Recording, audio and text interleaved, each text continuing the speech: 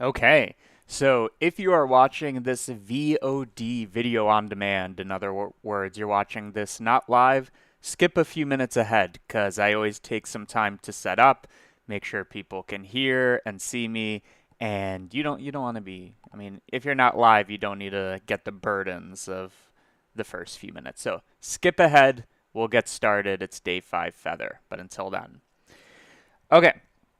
So it looks like we have one concurrent viewer. That's a fancy word for saying one viewer live.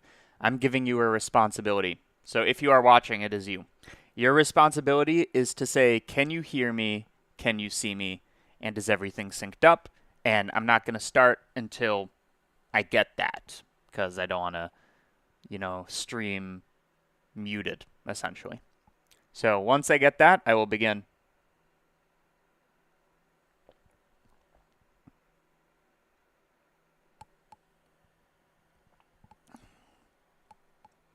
I'm getting a hi, bro, but that doesn't carry the information. Okay, good. We are started. Thank you, Yusef Nashwan, and others that all said the same thing. Okay, so here is the situation.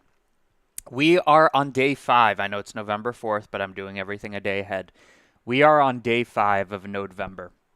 And day 5 of Nodevember, you might remember, the 5th of December, is a feather. That's the prompt. Yesterday we did bouquet, and I'm very happy with what we landed with. So I actually made a little video. So if you're there for the stream, or you watched the video on demand, you saw us make a sunflower. What's special about the sunflower is it actually uses the logic that seeds would grow with in a sunflower to create those like Fibonacci spirals or whatever that actually do arise in nature and do arise here. So that's what we did yesterday. And I do want to say before we kick off that and the other files, although did I upload day 4? Either way, if you go to cgmatter.com, so cgmatter.com, and you go to the member site, and you go to project files, you can see all the project files with their stream link, which is fine, but also the project file, which is members only. But also, throughout this live stream and other videos, I will be using nodes from my node pack, which is free. You just go to free nodes. You don't need to be a member or anything for this. So at minimum, download this add-on that lets you auto-install the updates for the CG Matter nodes. Okay, so now that we have all of that out of the way, and what a pretty render, the plan for day 5, which again is feather, is, yeah, I'm going to simulate a feather. I'm going to make a procedural feather, right? Like here's some reference. However, you're going to notice I have this GIF. This GIF is very important in the sense that it has motion. This is how a feather falls. It kind of rocks or it rotates or whatever. This is what I want to recreate. Okay, so I'm going to create a simulator that lets the feather fall, and if that fails, we'll just do procedural animation. But what I'm thinking is if we can simulate a cloth, so just cloth physics, it's falling, and then there's some air resistance, so it sways, but then it sways the other way to correct it. If I can make a cloth simulator, I can then attach a feather or whatever object along for the ride. So the real meat of this video is making the cloth simulator. And the fact that we put a feather on there, god damn it, I'm not showing the screen again. But the fact that we are doing a feather again is arbitrary. So this is what I was showing. Feather falling, and then here is some of our feather references. And I don't know how much I was talking when I didn't switch the screen, but whatever, that's fine. So let's get started with making a cloth simulator. I got my day 5 folder, and I'm going to be using Blender 5.0, which I hear is very close to being released. I'm only basing this off of like something somebody said, but I remember hearing that it comes out like next week or something. Because right now it's in beta, of course.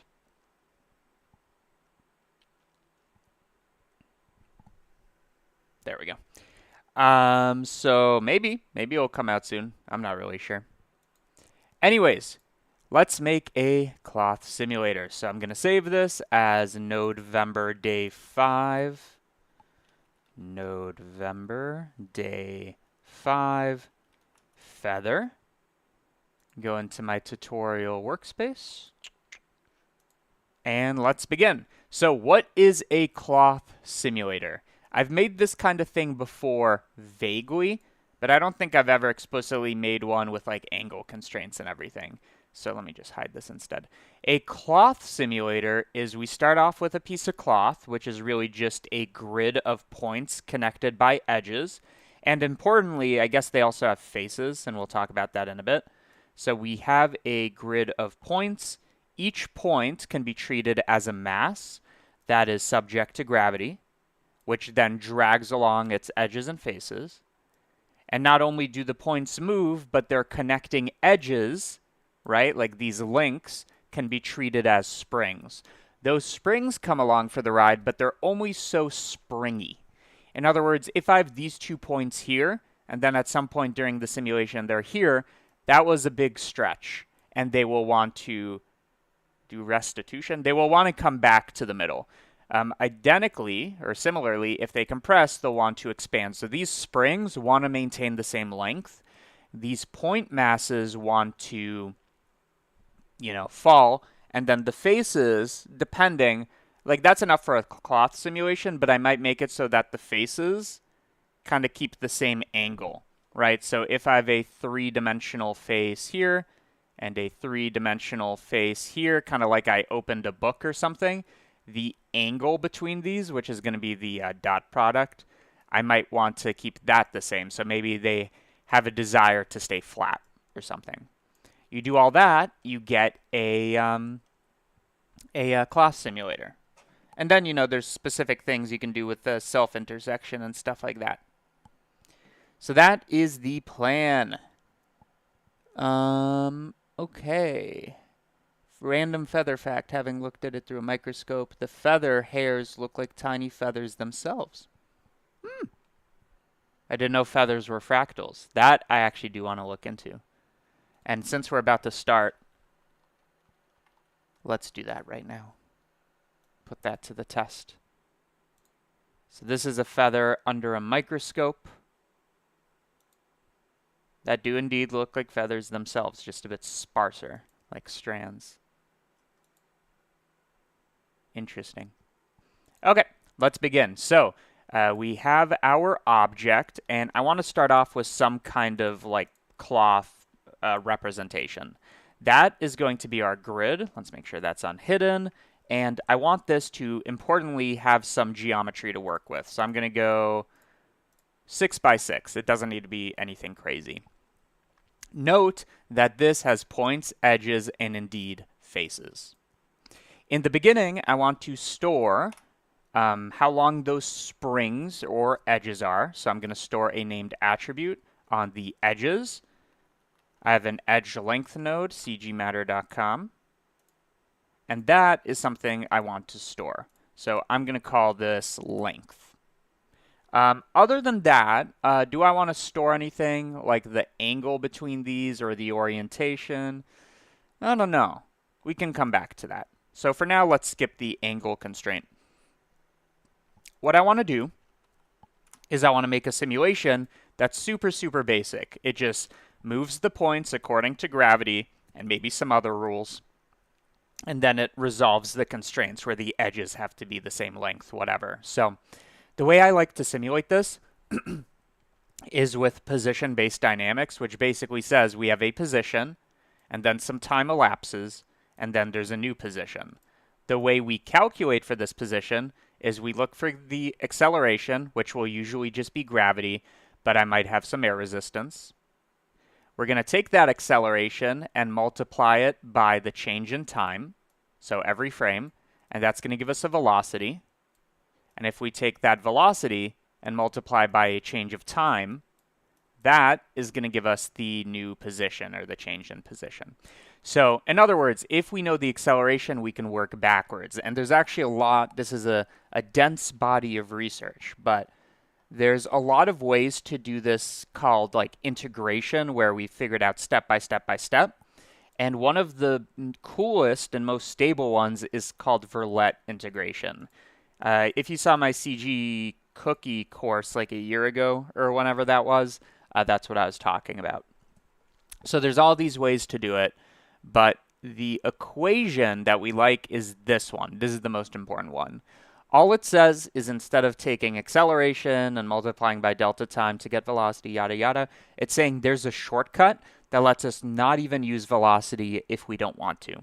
It's like implicit. We don't need to say it. And that equation says, so x means position. Can I zoom in here? X means position. So it's saying the next position, so we have frame n plus 1. So on the next frame, the position is going to be 2 times the current minus the previous plus the acceleration times delta times squared. So in other words, to find the next position, I need the current one and the previous one, and then I need to do some math on it. And that's it. That's the equation. There's a derivation, which isn't too hard, but that's going to be the thing. So in other words, we know that the position, the new position, the next position, is going to be 2 times the current. So we can literally just copy this equation. It's going to be 2 times the current, and then let's get that open here, minus the previous plus an delta t squared. So to subtract the previous, we can just create an attribute for that I will store later. So this can be called old position. Or it could just be called old, whatever you want it to be. That's going to be a vector. So 2 times the new position minus the old plus the acceleration. So I'm going to add. The acceleration in itself is also going to be a vector. Normally when I do this, I make the acceleration I make it just gravity. But in this case, I'm going to do some wind resistance and stuff, which I know is based on the velocity or something. But either way, I'm going to say acceleration explicitly. We can figure out what that means later. And then you multiply, you scale it by delta time squared. Now, because I'm trying to stay organized nowadays, I made a DT node, cgmatter.com, that calculates this very same delta time. I'm going to take this, I'm going to take it to the power of 2, and then I'm going to scale it and then connect everything. Okay? So the position times 2 minus the old position plus acceleration times delta time squared. That output is going to give us the new position. So all of this can be a node group. I'm going to call it verlet integration. So that's that special kind. There's all kinds. There's Euler integration. There's K4 or something, R4 something, Rosa Cotta. Don't forget what it's, I don't remember what it's called. But that is going to output a new position, which I can call exactly that. So note that this depends on a few things. It depends on the current position, and it depends on this old position, which we're going to want to store, and an acceleration. Okay? So what do we need to do? Well, that indicates that we need to store a old position, right? Because it's not going to work otherwise. So a way to think about this is this cloth has a position, and I can say its initial old position, where it was on frame -1 before it even started, is I can say it's exactly where it was.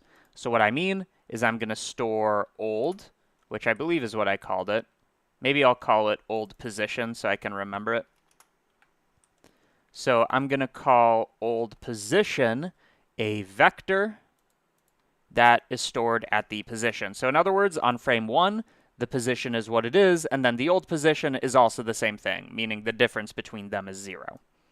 And then also, we need to set the acceleration equal to something. So maybe in the beginning, only gravity is a option, or there could also be other things. There could be like spring forces or whatever, but that we can do in here. So I'm going to store an acceleration, which is going to be a vector. It's going to point in a direction, but the only thing is this acceleration to begin with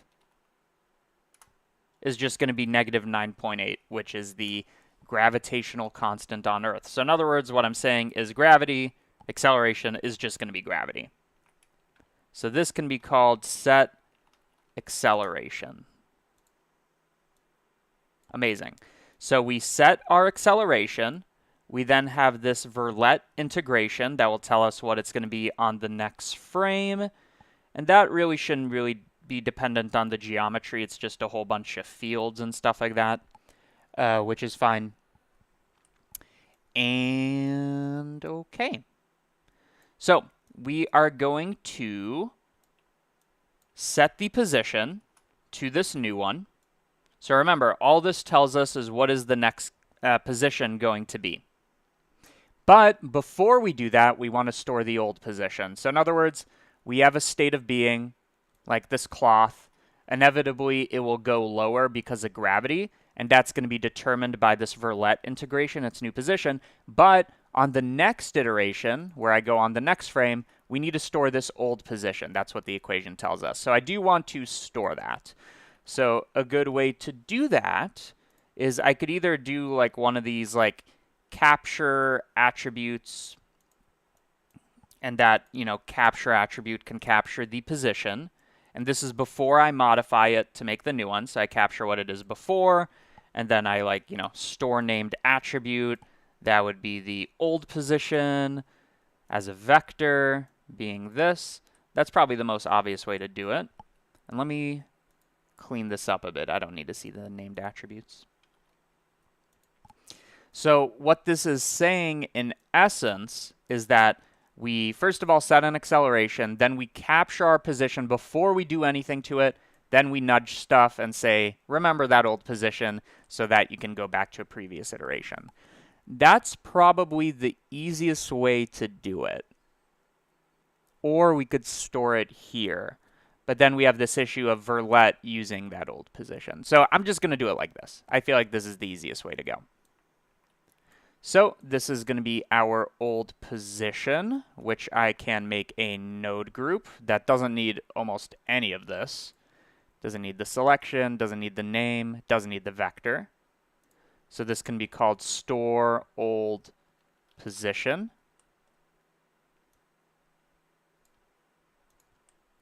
And that's going to need a old position input. Seems kind of silly. This capture attribute is exactly what it is. And there you go. I think that's pretty good. So maybe to have this nice and clean, I can take this verlet integration, and then we set the position. That whole step can be called update position. And then maybe instead of set acceleration, we update the acceleration, which might be different on every frame depending on what we want it to do. Okay, so that's looking nice. I think that's about as clean as we're going to get it. And I don't need any of this skip frame stuff. And then all of this can be considered our initial setup. So maybe we can call this initial cloth. Anybody just joining now, we're simulating a feather using cloth. Allegedly. We might just end up doing procedural animation. Okay, and then maybe the only things I care about is kind of the size and quality of this grid. That looks pretty good to me. So now, if we hit play, in theory, we should have everything we need for it to fall, at least. Let's get the timeline. So I'm going to hit play, and it falls. Now, it doesn't only fall, but it's going to accelerate. So what do I mean by that? I mean, on the first frame, it falls by this much. Okay, so before and after falls by this much, let's say. And then let's go a few frames down. And then between these two frames, it's going to fall about that much. And you can see that it got a bit bigger than it did before because it's accelerating. It doesn't necessarily have a constant velocity. So it's falling. Great. There really is no need at the moment to do anything fancy with the edges. And that's because they, of course, are going to stay the same length between each other. So they're not going to compress or stretch. Maybe something I can do is, since this is ultimately to sway in the wind, I'm just going to start this a little off axis. Okay, so it's still going to fall. Oh, and by the way, you're going to see it does this weird stretching. That is because we didn't account for something. What we didn't account for is that it's storing this old position. And we got to make sure that transformation, whatever our initial setup is, happens before. So now it's just falling. Okay? So that's fine. The next thing I want to implement is a more complicated acceleration term. So right now, acceleration is just saying make it gravity. But a feather kind of like spins in the wind. Let's try to get that animation open again.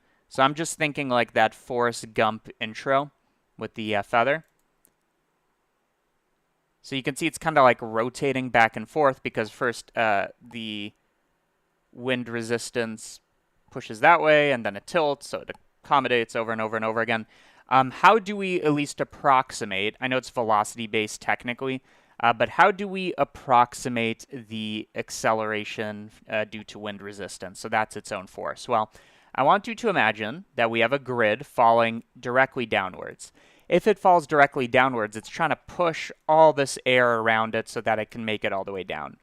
And in this case, it's pushing a lot of wind. Whereas, let's say I have a plane that's like nearly vertical and it's also falling, it's almost like infinitely thin as it goes downward, so there's actually very little wind to displace. What that tells us is for each face, we need to see how much is it pointing at the ground, and that is going to dictate its wind resistance. And there is an actual equation for this. We'll see how hard it is to implement, because if it's easy, we can just use the real equation. So it's called drag. Okay, so it looks like it's velocity dependent. Let's see if I can get the full equation. And you can think of drag as a form of friction. So drag depends on the properties of the fluid, size, shape, speed, whatever. One way to express it is using the drag equation. So the drag force, which is going to dictate the acceleration, this drag force is going to be the density of the fluid. In this case, our density is constant, so I'm just going to keep that as is, as a 1. V is the speed of the object. Okay, that we can calculate. A is the cross-sectional area. So that's kind of that idea of how much is it facing the floor. So if it's like this, the area that's facing the floor is maximized. Now it's less, 0. Okay, so that cross-sectional area is something we can calculate.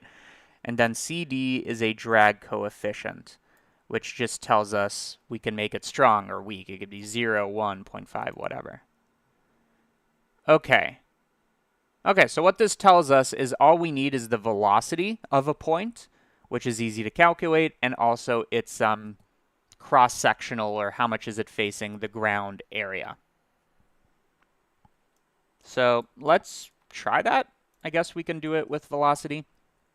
So on every single frame, I need to know how much each face is pointing at the ground. Well, what is its cross-sectional area? We can use the dot product to determine that. Or maybe like an easier way is if we have a face over here like this one. I can just project it on the XY plane so it's flat and then calculate its area. I mean, that seems like the most obvious thing to do, right? So for example, on this frame over here, I would set its position such that it doesn't care about the z-axis anymore. So I'm going to take its position, I'm going to multiply by 110.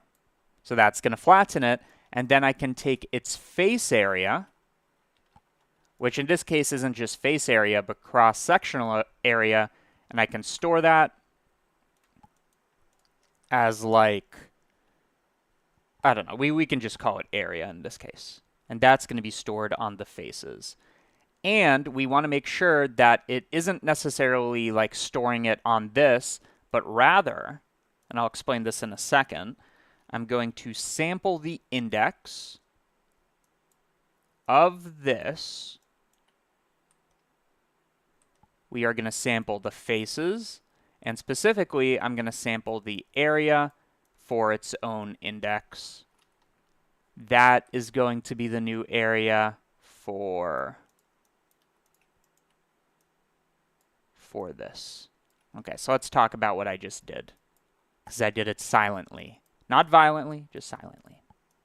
So what I said is I'm going to take this geometry, I'm going to flatten it, and then I'm going to sample its area.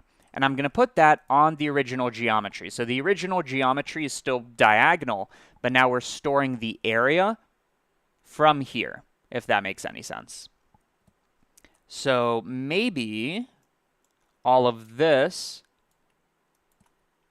can be called like store or like cross-sectional area, or just like store area, however I want to call it. And that just does this calculation under the hood. Let's clean this up a little.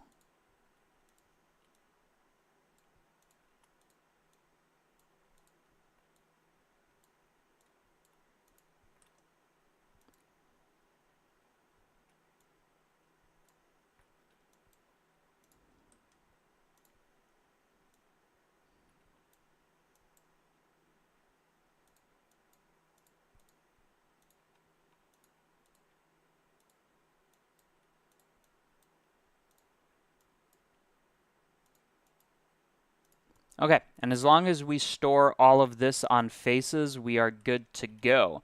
So here we have our store area. I'm going to also do that for every single frame, and maybe it can be part of our update acceleration, because ultimately I want to know the force that is acting upwards on every single face. So I'm just going to copy this, go into update acceleration, and this is going to be part of our wind resistance. So this can be called gravity. And to gravity, we are going to add some contribution that's going to be the wind resistance. So I'm going to store the area. Now we're going to have a area attribute.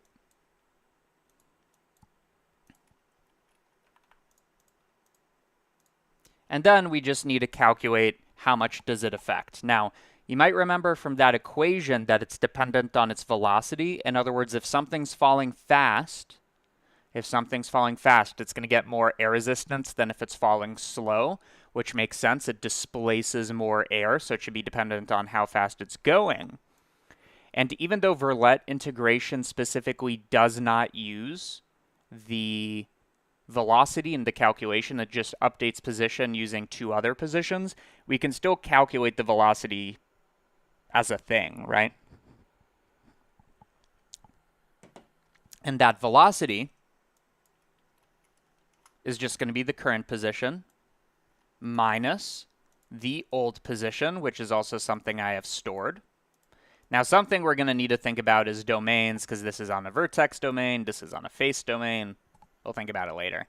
But it's going to be the current position minus the old position divided, or scaled, divided by delta t, which again, on my website.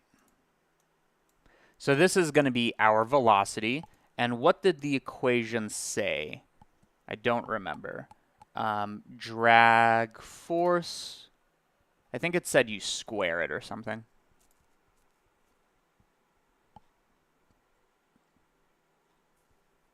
So you square the velocity. And then we can, again, get rid of this rho, this density, because it's not a fluid. We don't care. We can get rid of this 1/2, because it's just multiplied by half. We could have multiplied it by anything, and then we also have this drag coefficient over here. Okay, so we take the velocity and we square it. And I think when they say velocity, hold up, when they say velocity, do they mean speed? V is the speed of the object. It's not just the velocity. If you don't know, velocity tells you where are you going. Speed tells you just how fast are you going. So I'm just going to take the length of this, and this will tell us the magnitude of our velocity. In other words, our speed. We're going to take our speed. We are going to square it. Okay, so all of this can be called our speed, which we then take to the power of 2. We multiply by the area.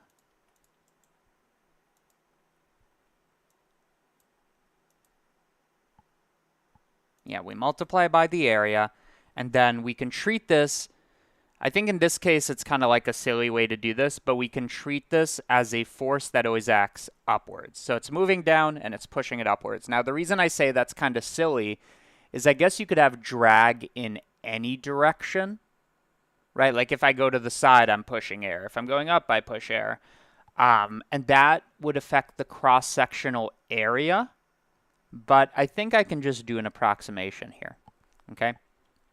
So what I'm going to do is I am going to scale a vector pointing upwards. So gravity points downwards. This is going to point upwards and going to be scaled by this effect. And I'm just going to add that. So this is going to be our drag.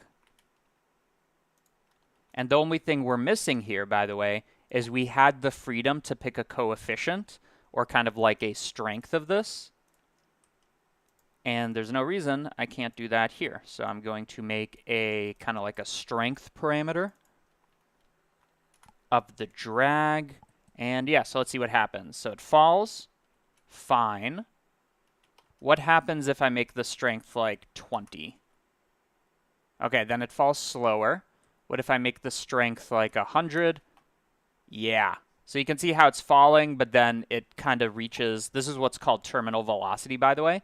So you can see like it's falling, and then all of a sudden it's kind of a constant speed. That is the concept of terminal velocity, when the acceleration and the drag, these things fighting each other, are equal.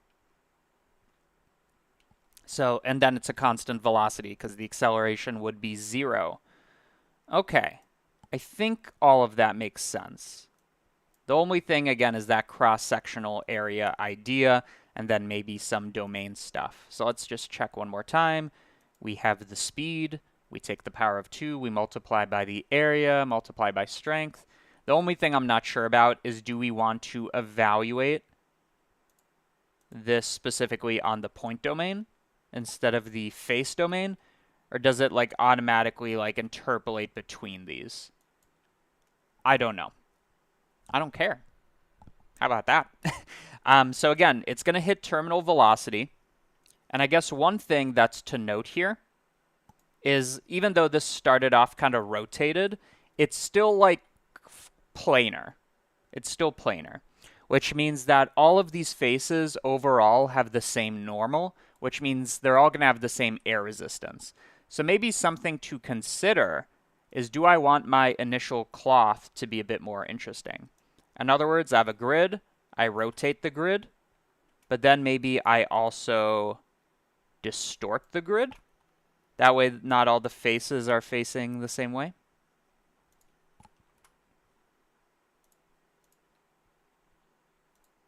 So here you can see I'm doing that.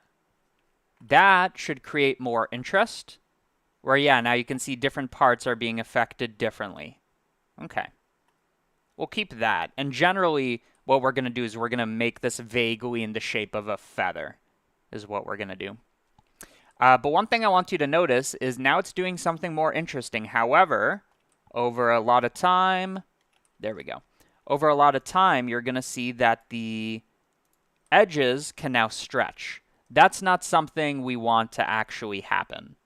So remember, we're going to have that edge constraint that says we stored our initial length, and that length should be maintained. So let's actually do that.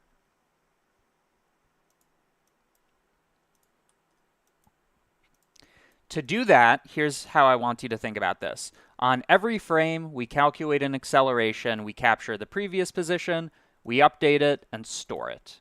Okay? So in other words, we just say the new position is just the verlet integration. I don't care if there's anything else going on, that's just what it is. But really, we should put a thing right here that is the constraint. So it updates the position, but then it's wrong in the sense that we need to update edges, or it's wrong in the sense that we need to update angles, and then that will be the new position. So how do I want to update this? Well, for each edge, we're going to have an initial rest length, which we stored, and then like the length that it is currently. If it's longer, then of course it needs to kind of compress. If it's shorter, then it needs to stretch. And we're going to do that one edge at a time. And that's called Gauss-Seidel solving instead of updating everything at once, which will manipulate each other. Each one should act independently, and we go along them. Well, to do that, all we do is we repeat. What do we repeat? We repeat along all of the edges. How do we know how many edges there are? Well, we can just count them, or in a procedural sense, we can take the domain size. I see somebody threw some money. Nick Trick, another day, another goal. Thank you. What did I say I'd do? I will breathe. Thank you. Thank you. I needed that. As you can see, I don't take these goals too seriously. I will breathe again. Thank you, Nick Trick. While we're there, let's update on the chat. One day you'll actually make Blender inside GeoNodes. That's actually amazing. Now like you following the tutorials with him to make it. Okay, some people are, maybe some people are doing this alongside me in real time. That's a cool idea. So we are going to repeat along all edges. What? Well, we need to either stretch or compress the edge. That can be done very simply using a scale elements node. So if I show you a scale elements node, right now it's going to affect the faces, or we can affect the edges. What I like about that is if I do a split, like an edge split maybe is a good way to show it. You can see they all can act individually depending on which direction they're facing. Specifically, if I separate by index, that's a CG Matter node at cgmatter.com, I can isolate a edge, right? So let's say I isolate this one. It can stretch relative to the direction that it's facing. So let's find a kind of like a horizontal one. So here we go. It can stretch in its correct axis. So what I'm going to do is I'm going to repeat. I'm going to scale elements where I'm going to scale the edge, but I don't want to do this, you know, for every single edge. I want to say on the first iteration, move the first edge and then the second edge, etc. So I'm going to check where is this iteration, which is 1, then 2, then 3, then 4. We might actually need it to start at 0. I'm not sure. But we're going to check where is the index equal to this. And in that case, we're going to scale it by some number. Now, one thing I do need to check is, does the repeat zone indexing start at 0 or not? Well, I have a nice node for this. So debug, what is it? It's something like value. I forget what. Show value. That's what it is. So I'm going to use a show value node for one iteration. And let's see that. Okay, so this tells us that it is equal to 0. So let's see if I make it to 2. Yeah, so iterations start at 0. And that's exactly why I made that node, for exactly that scenario. Okay, so iteration starts at 0. We like that because there is an edge index 0. So we don't need to subtract by 1 or anything like that.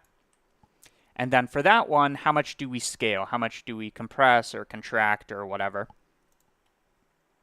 Well, that is going to be dependent on our initial rest length that we stored. So what length should it always be? So in this case, they're all going to be equal to each other because they started off flat. And then we look at the current edge length, and then we divide one by another. And I do need to think about this for a moment. Okay. So if we have a rest length of this, and then it expands, we then need to, and let's say it's like 3 times bigger, we then need to multiply it by a third. In other words, it's going to be rest length divided by the current length, which is what we have right now. So that makes sense. If it starts like this, and then it gets like a third of the size, then we need to multiply by 3. So you see how a third turned into 3 and 3 turned into a third. It's a inverse relationship, which is exactly this. And then we repeat this on all of them. And all of that would be outputted here. So I'm just going to store this as like a correct edges or like edge constraint. Because all this does is I guess it literally solve edges or something. Solve edges. So it's just doing this to try its best to update the edge constraints. And the idea is it updates one, then another. On average, you will get closer to doing this correctly. And you could even take this and do it for multiple iterations. And we probably will. So let's see what this gives us instead. So now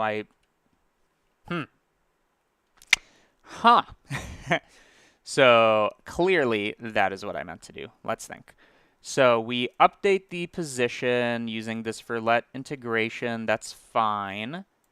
And then I solve the edges, where for each edge, when the index of the edge is equal to this, inverted.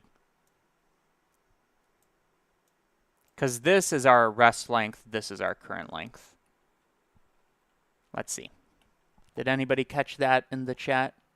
Nobody did. Okay, so now you can see it's clothing, but it's kind of staying the same length. A little hard to tell. But each edge is staying the same length. And now, like, the next order of business, as you can see, they all, tend to self-intersect. But another thing I want you to notice is it's falling. You can see air resistance has hit. So now it's not, like, falling as fast. And then it's going to crumple. And notice how it's crumpling in a way where it's trying to face directly downwards. And now it's going to speed up again. And it's going to have preference to do that overall in general. So that makes sense, right? It's kind of finding the lowest energy solution, something. So we need a way to kind of resist that. Although you could argue that this is just what happens. Like the feather will sway, and if it points downwards, it will fall faster, and then it will sway and do whatever. So if we wanted to correct that, we would either say, okay, make a self-intersection constraint. So if a face goes through itself, kind of fix that. Or we can make a edge constraint where it, an angle constraint where it tries to keep the overall shape. Well, now that we have this working, I think maybe an interesting idea is let's kind of set this up for success. So I'm going to now kind of shape it like a feather. I'm going to kind of shape it like a feather because ultimately that's our goal. So something like this until we get roughly square polys, and then in the distort, I'm going to distort it so it vaguely looks like a feather. So this is going to be our feather. Let's see what this does. So it falls, it crumples, now it falls faster. There we go. And remember, we do have a parameter to kind of control how insane this is, and that is going to be inside of our update acceleration. That's going to be our drag constraint. So I'm actually just going to make that a number. And there's no reason this can't be big. Like that is fine. So let me just make sure the speed is the position minus the old one divided by delta t, take its length, and square it. Okay. So if I wanted it to have more drag, I would just multiply this by 4. And this, I believe, is quadratic drag. I don't know. But that should be falling faster. And what if I make it 2,000? Yeah, now the drag's really hitting. And you can see how it's kind of, reacting in the wind, which is nice. And then speaking of which, we can also add actual wind. So a random wind force that you can consider as turbulence. Okay, so before we continue, like I said, I want to approximate our feather. And, I mean, we're going to model our feather. In fact, let me just kind of bring in reference. Can you load a GIF inside of here? you cannot. But you can see I'm trying to get this kind of bend, almost like an arc. Do any of these other images show it better? This one does. It's almost like a carriage. So I want to make sure it's shaped like that from the get-go. So let me actually get rid of this transform. So our goal basically is to kind of create a scoop, maybe in both directions. Well, this is something we did a lot yesterday, so I'm going to set position. This is when we are making the pedals. So this is actually just a single pedal. So I'm trying to move on the Z, dependent on how far along the Y is it. So I'm going to take its position, and I'm gonna make a node to kind of do what we're about to do in the future, because I do it so much. But I'm going to look at the y-axis, and I'm going to normalize that field. All of that, again, can be found at the free node section of cgmatter.com. That's already there. You can get that for free. So I'm normalizing y, which means it's now going to treat this as if this is 0 and this is 1, and we have that gradient instead of going like -2 to 2. And then based on that, I'm going to offset the z-axis like this, which will make it diagonal. That's what we expect. But instead of growing linearly, what we want is we want to shape this with like a float curve or something. So if I set this to 0, nothing's going to happen. But then as I bring up the middle, you can see we can kind of get that scoop shape, which, of course, if we want it facing up to begin with, we just kind of invert. So this is our initial feather. And we want to do the same thing on the other axis, but that is a good start.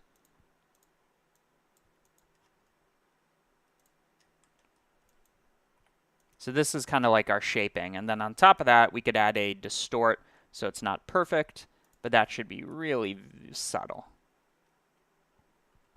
Okay, so now that we have this, it will just kind of run our simulator. It will run our simulator, but with this being the initial thing. And you can see how it crumples and it does all that. Okay. Before we continue, I think another valuable thing to do is remember, all of this is delta time dependent, which means it will work with any frame rate, but also the higher the frame rate, so if I do 30 frames per second or whatever, the more accurate it's going to be because delta time is going to be smaller. It's taking smaller steps, making sure it's right, and then continuing. Another thing we can do is in our solve edges, this is our edge solver. We can say run this multiple times, and ideally, and what actually ends up happening is the more times you run this, the closer it's going to get to the actual solution where all the edges are indeed doing what they're supposed to. So let's consolidate. We'll call this rest length. We divide the two. And then all of this is going to create this, which may be a bit of a gap here, like that, like that. Okay. We can take all of this and we can throw that inside of a repeat zone. So it runs our per edge iteration as its own larger iteration. So all I'm doing is I'm taking everything we did and I'm throwing it in here. And that will let me run more iterations. Okay, so let's see what's wrong here. We do this, and then this is what gets outputted. There we go. So now we can say run the solver for 1 iterations or 2 iterations, whatever. And remember, this is going to be dependent on our domain size, how many edges we're doing. But I don't need this to be internal because no matter what, we're not going to be deleting edges. Like the number of edges is going to stay constant, so I can keep that outside of the repeat zone and it will always be correct, which is nice. So maybe, yeah, that's looking pretty good. So what I want to do is I want to make this a parameter really the only parameter because we know how we want to solve these. It's just like how many times. So this can be our iterations, which is good to go. Okay, so it shouldn't be that different since there's so few edges, but if I run 4 iterations, what do we got? We have nothing in the output. So if I run 1 iteration, it looks like this. If I run 10 iterations, it looks like that. What we expect to be different is now the overall like edge length is going to be quite, the average is going to be quite stable. So for example, if I look at our field average for our, and we're going to do this on edge, for our edge length, so it's going to look at every edge and it's going to find the average. I'm going to show that value, which needs to be constant, so maybe let's just run this through an attribute statistic. So I'm averaging its length on the edges and outputting that average. So here's the average length, and let's just add more precision. So on a single iteration, you can see it's roughly 1.28 is kind of what it's converging on. Whereas if I add more iterations, it should just be more accurate and more stable. So you can see it's kind of changing less. Whereas if I have an iteration of 1, it's kind of more sensitive. So you can just think of this as like accuracy in a way.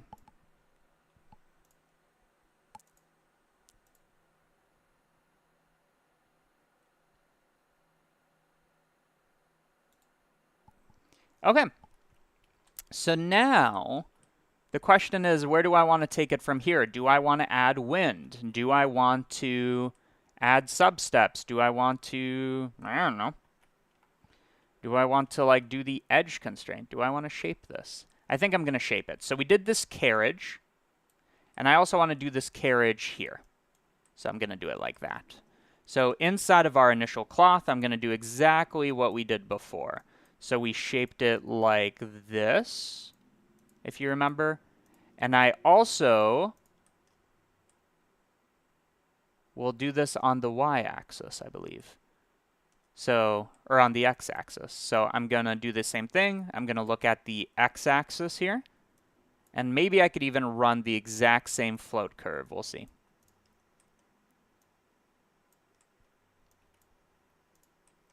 This is going to be multiplied by -1. And then since both of these are independent from each other, I can add their contributions. Just like this. Yeah. So this is before and after. Now it's considering both dimensions. And this one can be lighter. So you can see how it's making that carriage-like shape, which will kind of make it want to kind of stay the way that it is. It's kind of like a stable configuration, which is good, although I don't want it perfect because I do want to add some sway. Okay. Next order of business. Just going to play with this a moment. Yeah, it needs to be nice and slow. Next order of business is a feather is very, very, very light. What that means is if there's any wind, it should really matter. So in the acceleration, which really is just saying forces, so we have the force of gravity, we have the force of air resistance, which should act in every direction, which is making me want to actually get the real cross-sectional area, but that's fine. We also want a kind of like a turbulence force. That's the wind. So inside of acceleration, I can add another contribution. That wind can just be a noise texture. That can go in any direction. And all I really need from it is I need to say how strong is it. So now we need to specify. So this can be our drag. And then this can be our wind.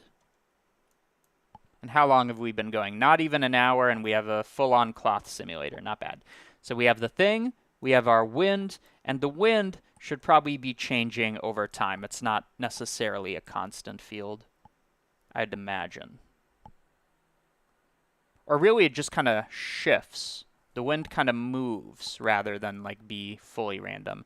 So maybe what I can do is I can just add all of these, at least the ones that I care about. Maybe actually distortion, because maybe it's like fluidy. And all of that can live inside a panel. I'll make that a bit bigger. Called wind. So I know that this isn't affecting drag. So I need the strength of the wind, the direction of the wind, the scale of the wind, the detail of the wind, the roughness of the wind, the distortion of the wind. Let's put this up here. And then I can also make a panel for drag, which I want above. And this can just be the strength. We don't need much more than that.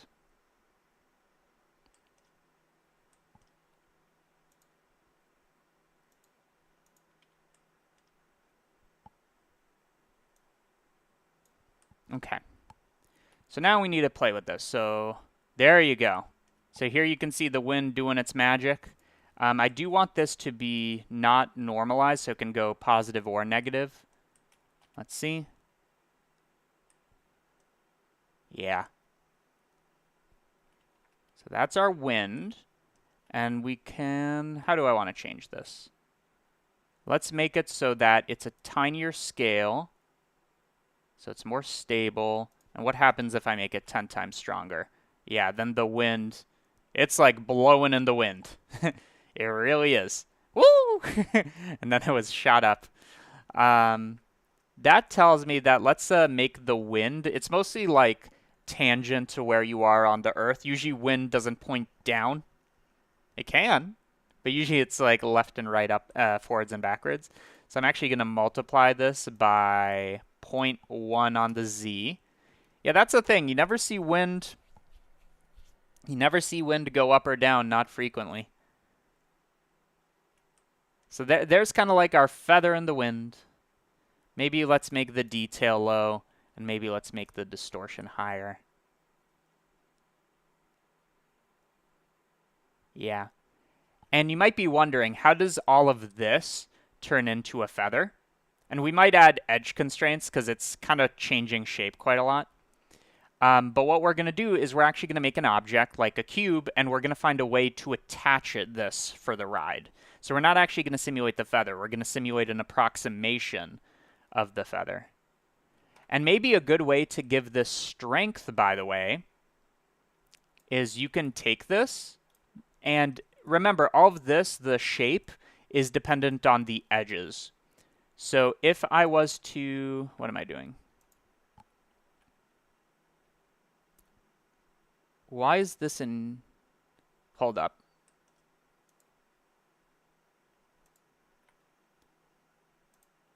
Okay, I was tripping. All of this is dependent on our initial shape. So if I was to triangulate it, these edges are now calculated for, and it should have more rigidity. I mean, that kind of feels like a feather. Minus where it shoots upwards. Now, why is it shooting upwards? I believe what's happening... Yeah, I believe what's happening is the drag is so insane. Like I multiply it by such a big number. Yeah, our drag is 300. That even if its velocity is tiny. Yeah. So I think I just want to bring this down, or it can be dependent on the overall speed. Or even easier, I can add overall dampening, which maybe is something I'll do. Let's add overall dampening.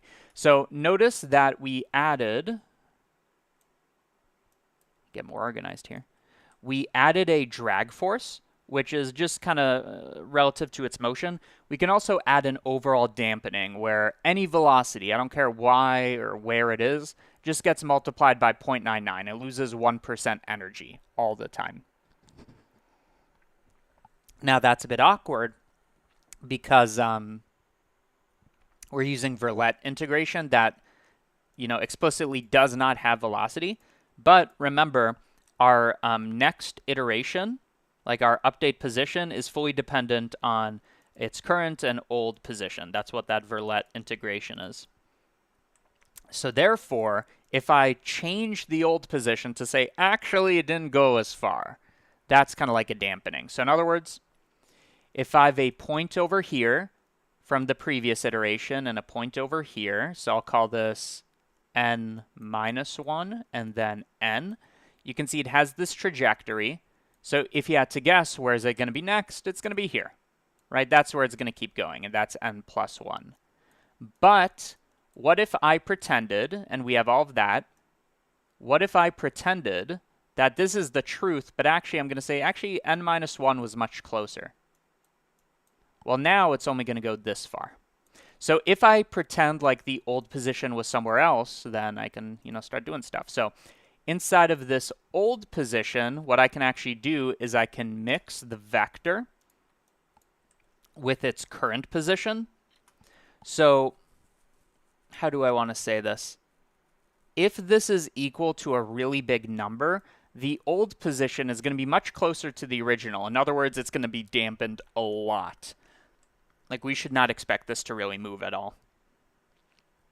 Whereas if I set it to 0, it's going to be exactly what it was. And if I set it to 1, it should not move, period. It's moving. I think that's a result of the edge constraints and the wind. Yeah. But this can be considered our, overall, drag, or maybe, dampening would be a better word. That can go between 0 and 1.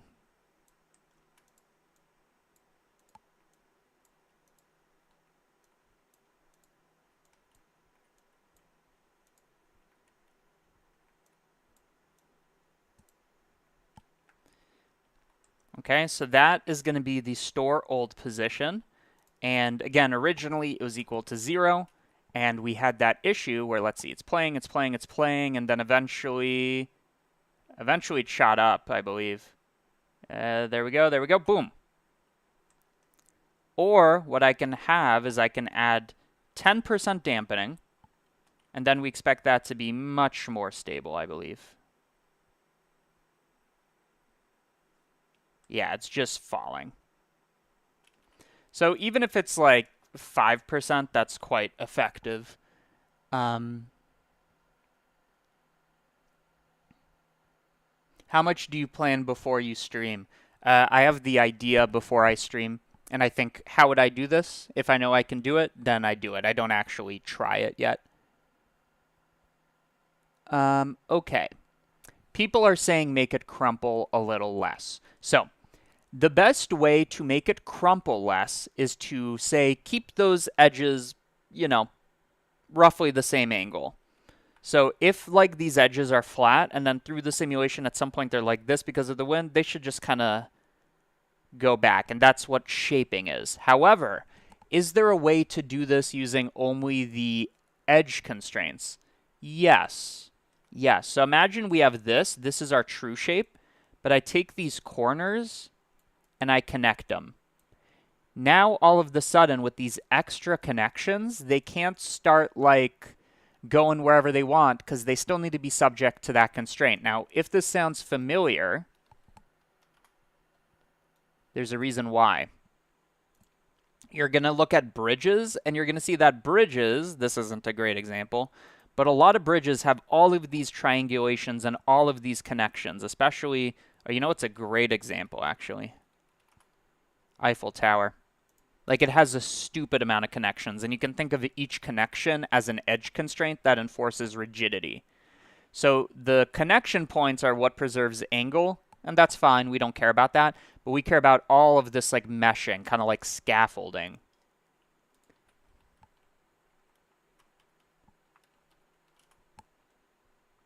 Right? It's kind of ridiculous when you think about it. So I think maybe the way I want to go is the lazy way, where I just add some connections. And I want to think about the most obvious way to do that. So we already did our triangulation.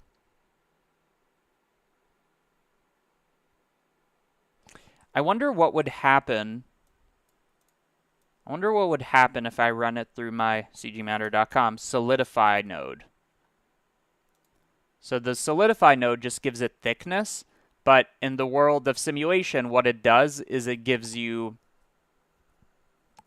this extra mesh. It should still work, but you're seeing it's still crumpling on itself. What if I extrude individual? Okay. But then I merge. Is there any difference there?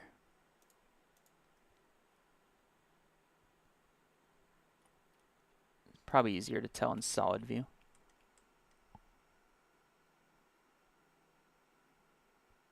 So it's that versus not having it. I think that helped a little.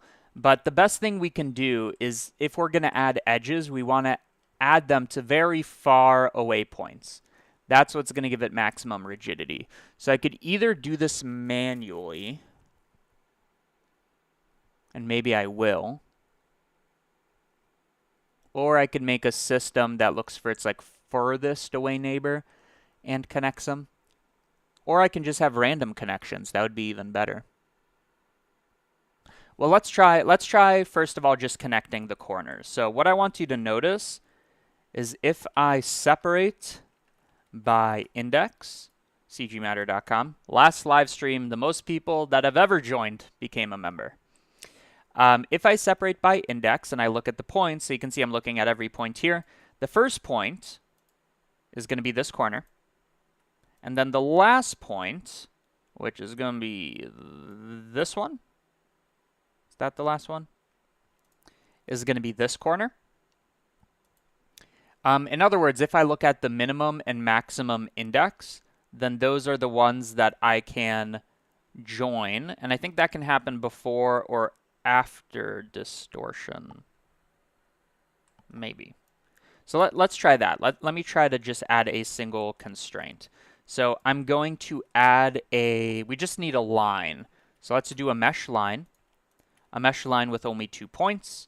And the start location and the end location are going to be as simple as sample. Do I have a sample position node?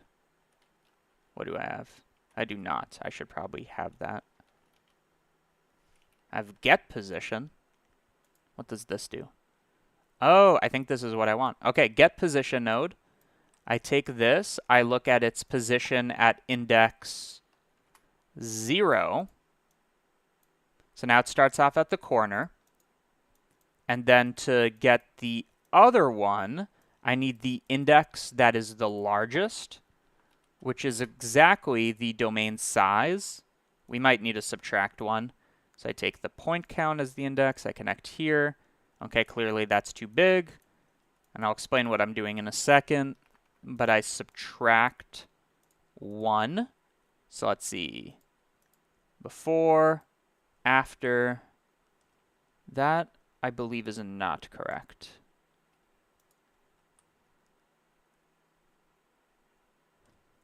Oh, it's because we don't want to offset. We just want to connect the endpoints. Okay, so that connects these. So what I did here, by the way, let's move all of this off to the side.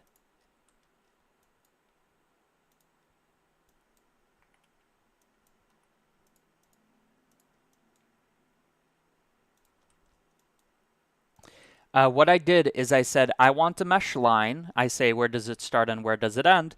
We look at where its position is at index 0. That's the bottom left corner. And then I look at the maximum index, which you have to subtract 1 because indexing starts at 0.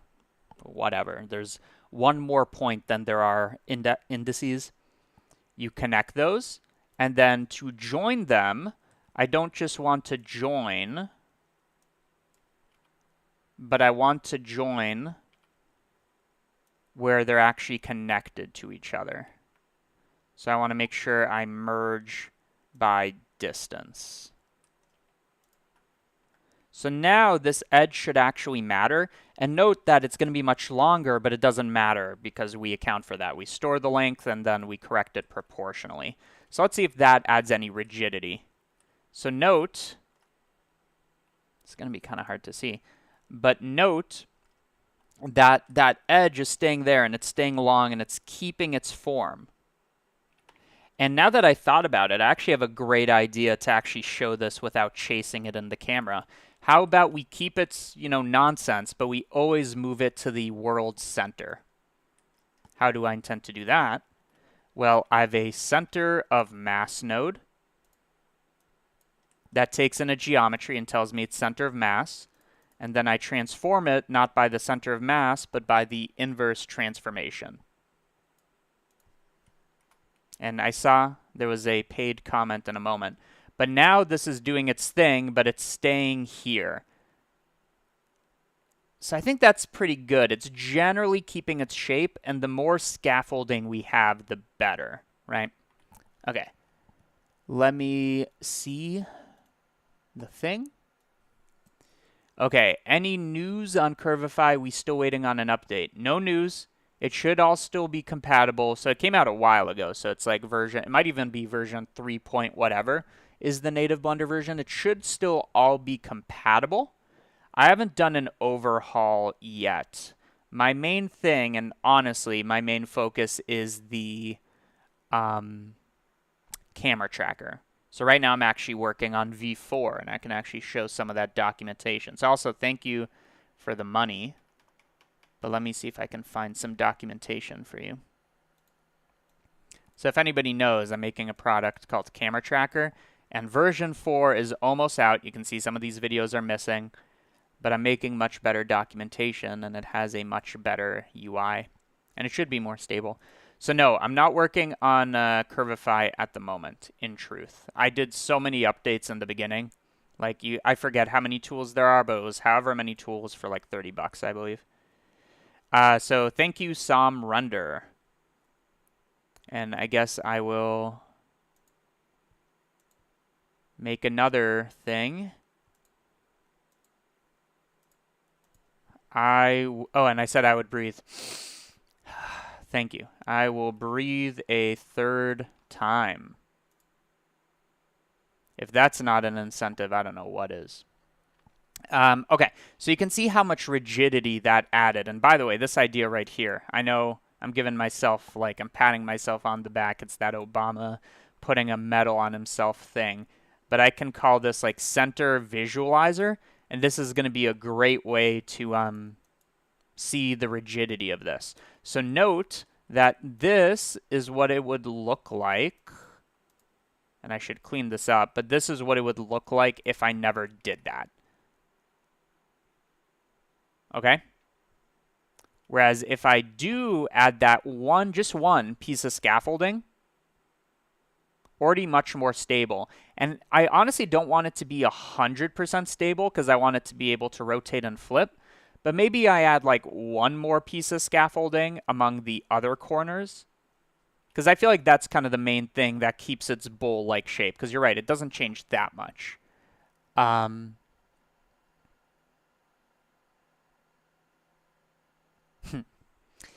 Okay, so how do I add another scaffolding? Well,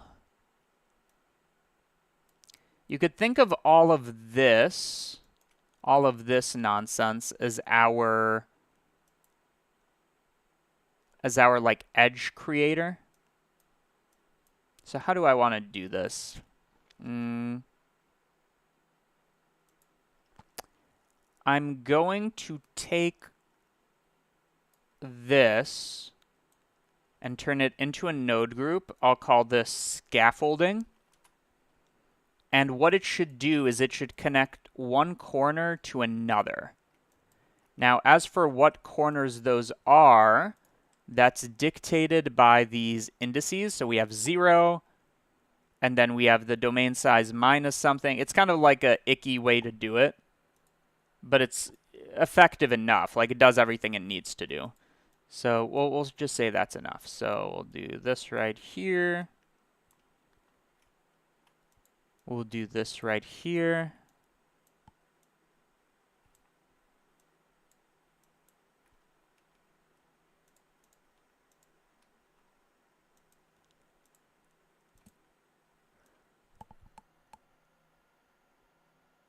Mirror the mesh line, then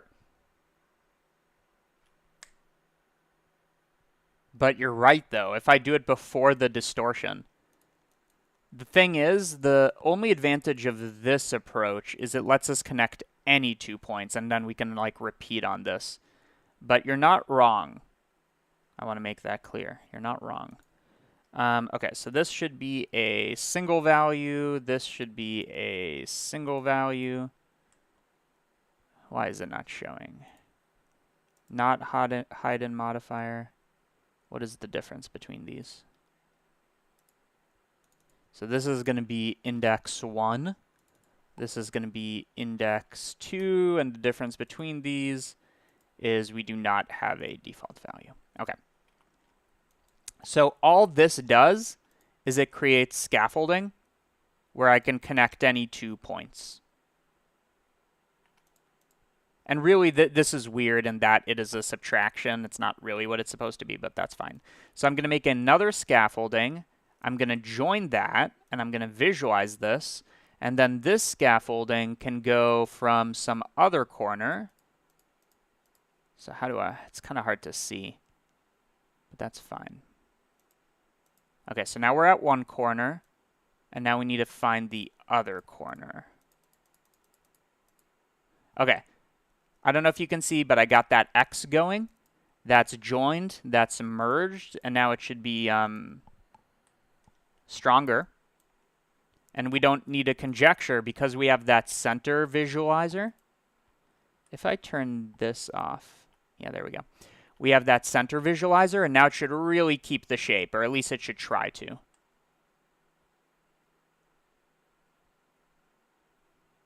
Yeah. There we go. And I do want to remind you that what it's doing in reality is it is falling. But it falls closer to how I would expect a feather to fall. Okay. So I feel like all of this we can play with later, but that is our simulator. So our initial proxy maybe is more accurate than cloth. And now we need to attach something to it. So all of this should probably be a node group or something like it. Let's see. So if I make all of this a node group, this would be called our proxy. I mean, it is a cloth simulator.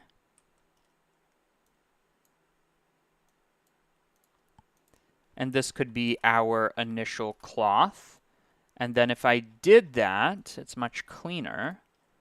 And what do I want to expose? What matters? So this would matter, the drag strength and the wind strength. There are all of these. Yeah. I'll include them. I also want the solve iterations, and I also want the dampening.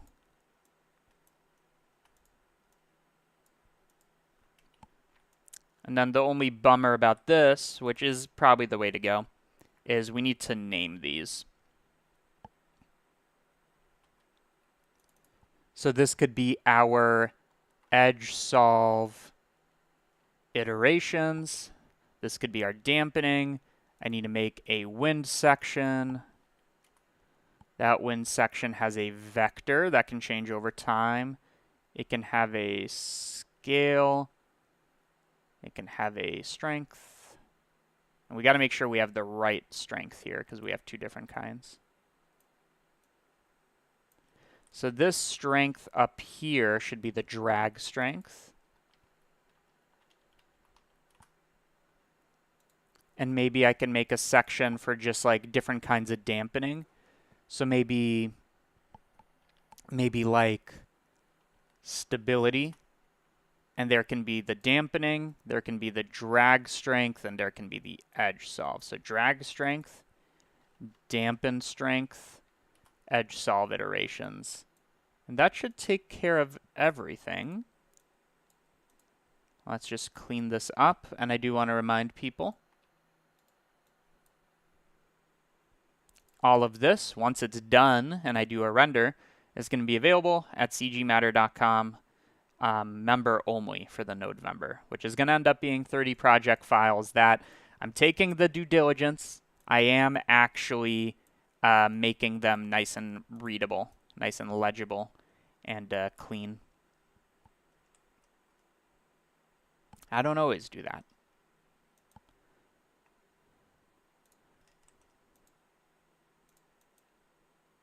But when I do. Okay, so it's that. We update our position. Call this iterations. Put that there. Dampening. Simulation. So if you were to get this one, you just get a pretty good, not fully featured yet, cloth simulator node, which I should probably make a node. Okay, so there we go. And now the question is, how do I attach a mesh to it? And then second of all, how do I make a feather, which is the thing I'm going to attach to it? So remember, my whole idea, my whole theory here is if I could simulate this, which vaguely represents a feather, I would then be able to attach a feather onto it.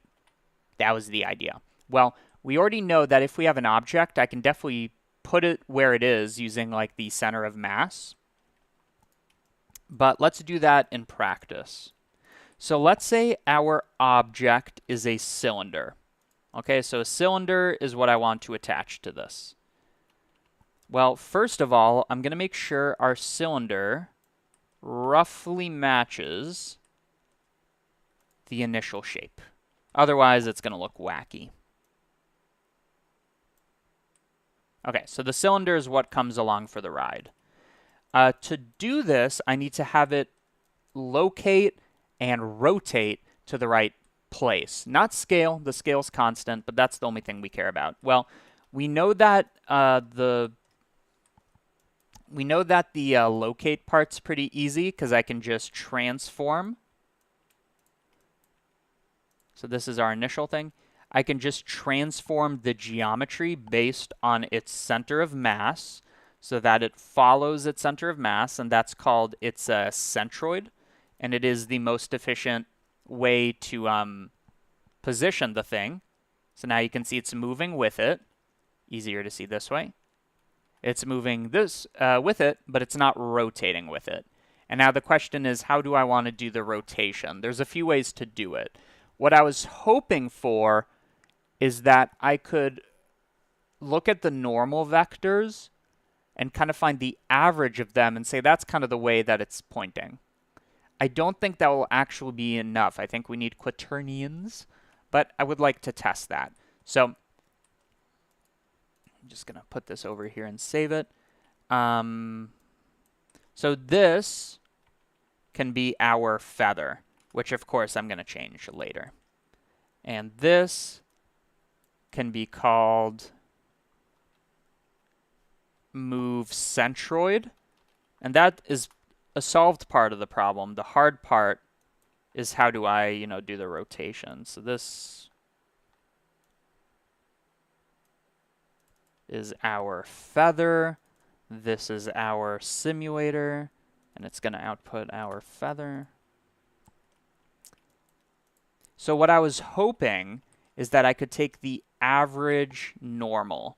So I'm going to look at the normal. I'm going to look at the average, which I just need as a single number. So maybe let's do an attribute statistic. So on this geometry, among all the faces, what is the most average normal? And then that can be turned into a rotation by looking at its average. And then in theory, I transform this based on whatever rotation this is. So this should be something. One thing to note is that right now it's moving and then I'm rotating it, but that rotation is about the world origin. So I want to make sure that this happens first. First we rotate, then we move the centroid.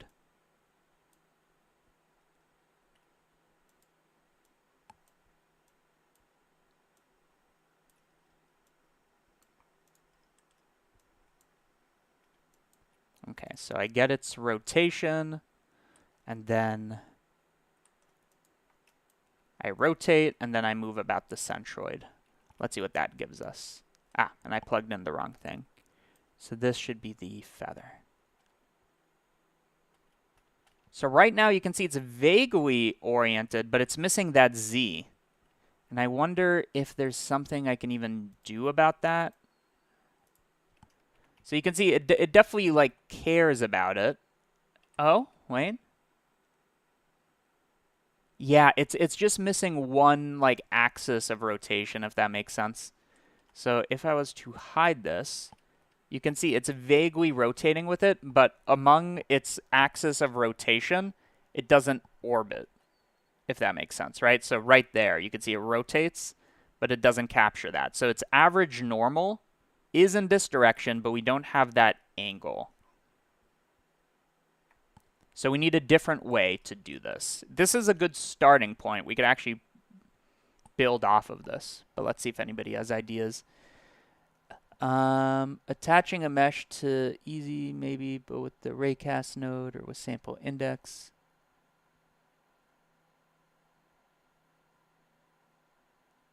Okay, so somebody kinda was onto something, I feel like, and this was my idea as well. What they were saying is instead of like doing a rotation this way, what if we do the equivalent? I'm just gonna get rid of that. What if we do the equivalent of getting its four corners and doing, I mean, it wouldn't be a triangle parent, but it would be a quad parent. So these four define a quad that in itself has a normal, but then we still don't have that. We don't have that solution. So I think what we want to do, so that's fine, but maybe like the best way to do it is we find the average normal, which gives us half of it, but then we need to find that angle. So if we can calculate that angle, and maybe that angle can be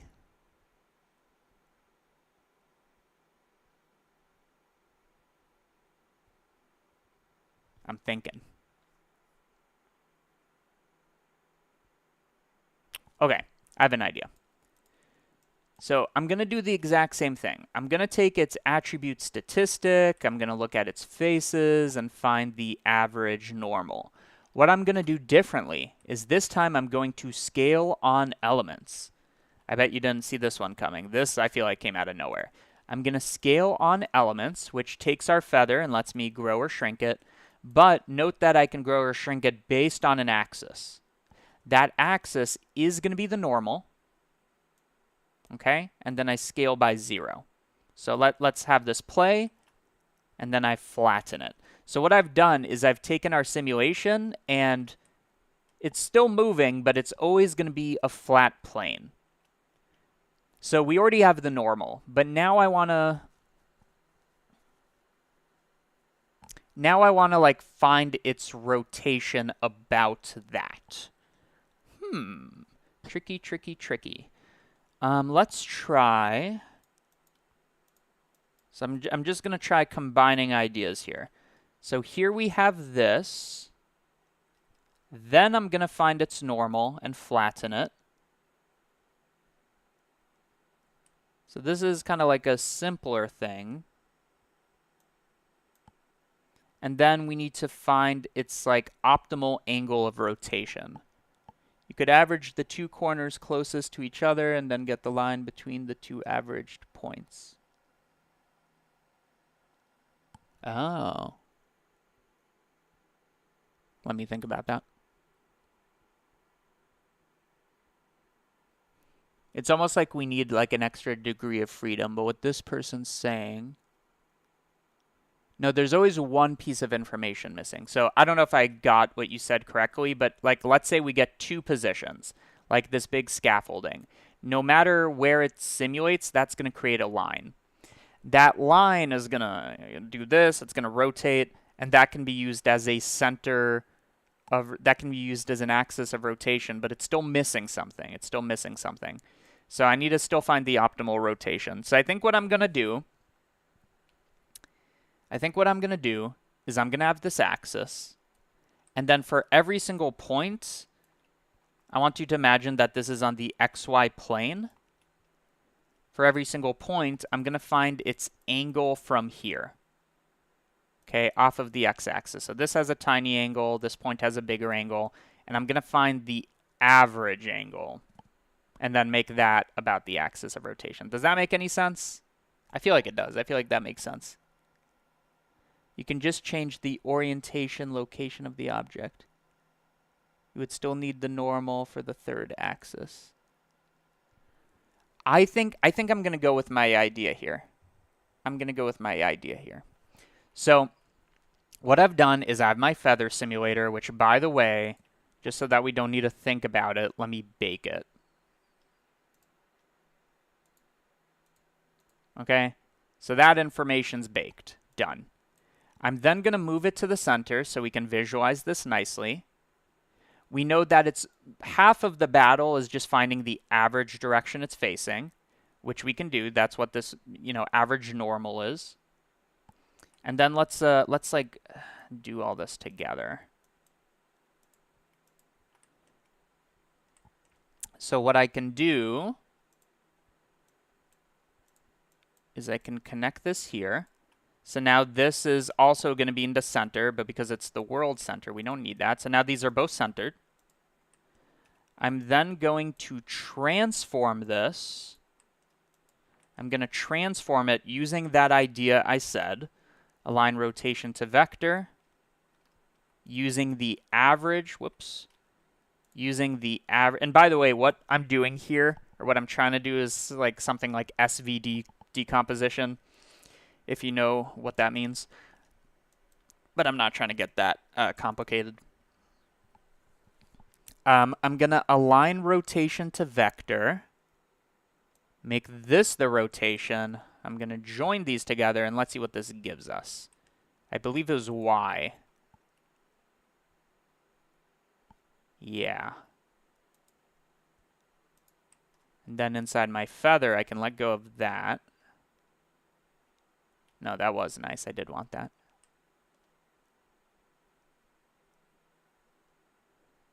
So you can see how that's half the battle. But now I need to rotate it somehow. It's boggling the mind. I'll read comments because I'm looking for good ideas.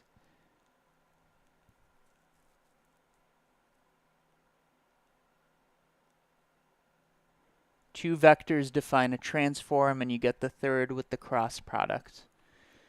Okay. I see what you mean. Isn't there like a vector axis node or something? I feel like there is. So let's see. Rotation, axes to rotation. So now if we have two axes, that defines everything. So that's definitely one way to do this. So what does this do? For example, what would happen if we make this the primary axis? So that's what we had before. And then the secondary axis is the roll along that. What if I did it like this?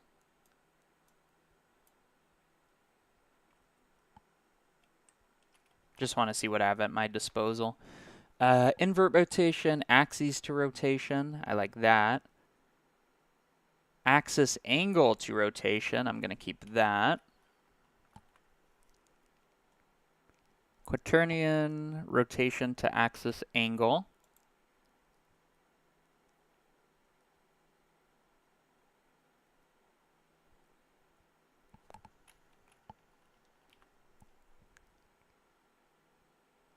Okay, I think those are the tools of the trade.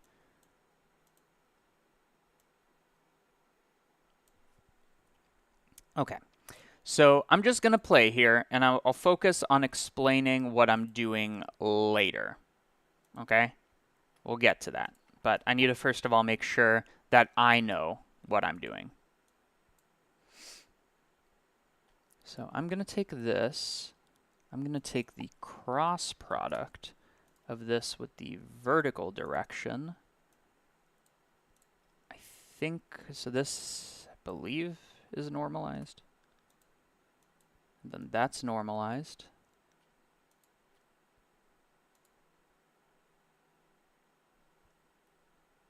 Ha ha ha. On the Z. No. Other way. No. Like it's almost like I know what I'm doing and it's so simple. It's so simple. Like I have half of it with that average normal. I just then need to find the rotation about that. I think that's just what I'm going to do. I'm just going to find that angle. That's like the only way that I currently feel like I understand it well. Okay? So let's just do that. Align rotation to vector. Boom. It was on the Y. Okay, great. And then what if I add a bit of something to that? Or it doesn't matter what this is?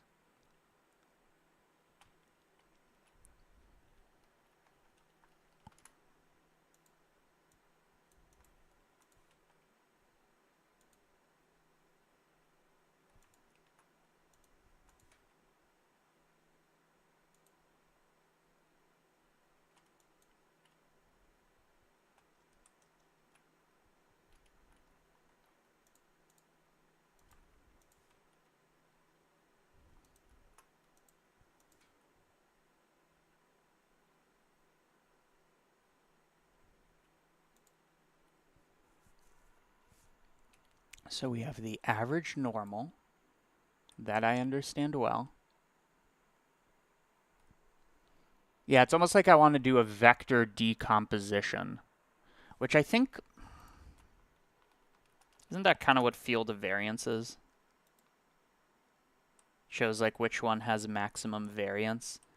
I don't think this is what I want, but I'll just play with it just so I know what it does. No.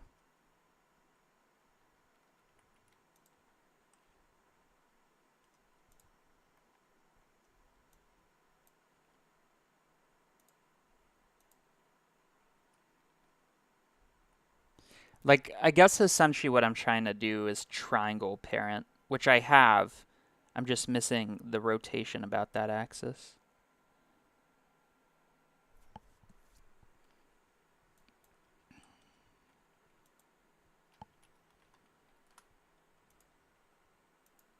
If I can't get it in a while, that's fine.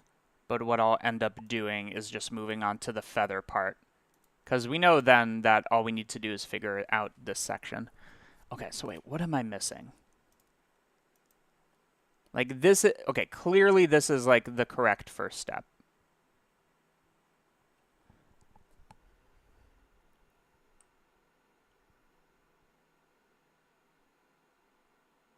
And I like that I'm doing an average of this instead of like the four corners, because this kind of feels like an accurate overall motion.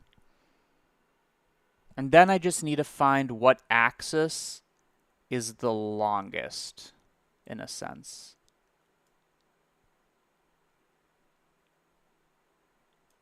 So maybe what I can do, actually, is I can go into my initial cloth, which is going to get simulated. And I'm actually going to store one of these. So we have our initial position like this. And I'm going to store its, I'm going to store its initial position.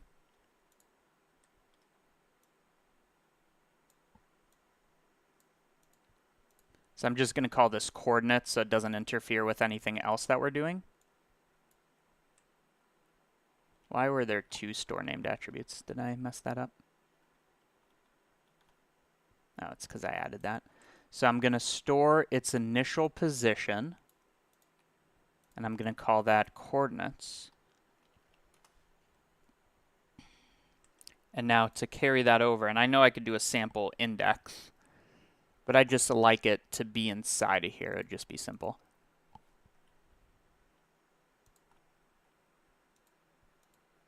So I'm going to bake the simulation.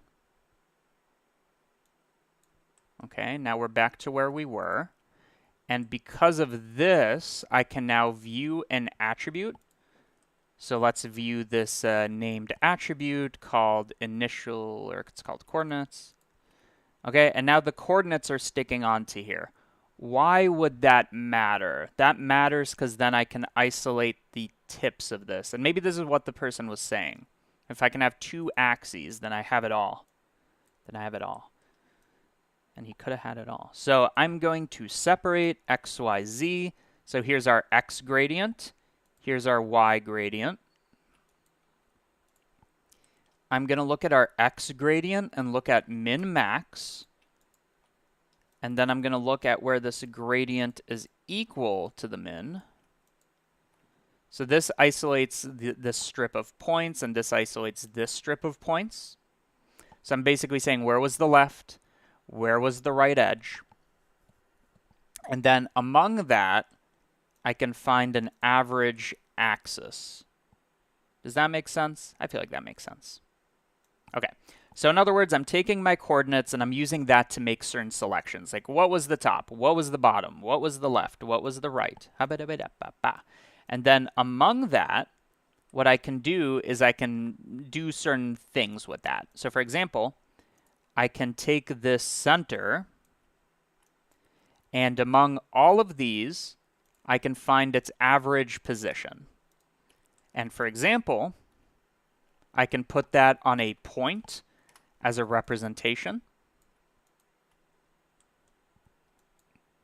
And then I can join these bad boys together. And now you see this point over here. That point is going to represent where that edge is. It's almost like clung onto there. And now if I do this for the other axis as well, so I think we're getting somewhere. I feel like I'm starting to make sense of it. So we have that. I'm going to make the same thing, but for the maximum.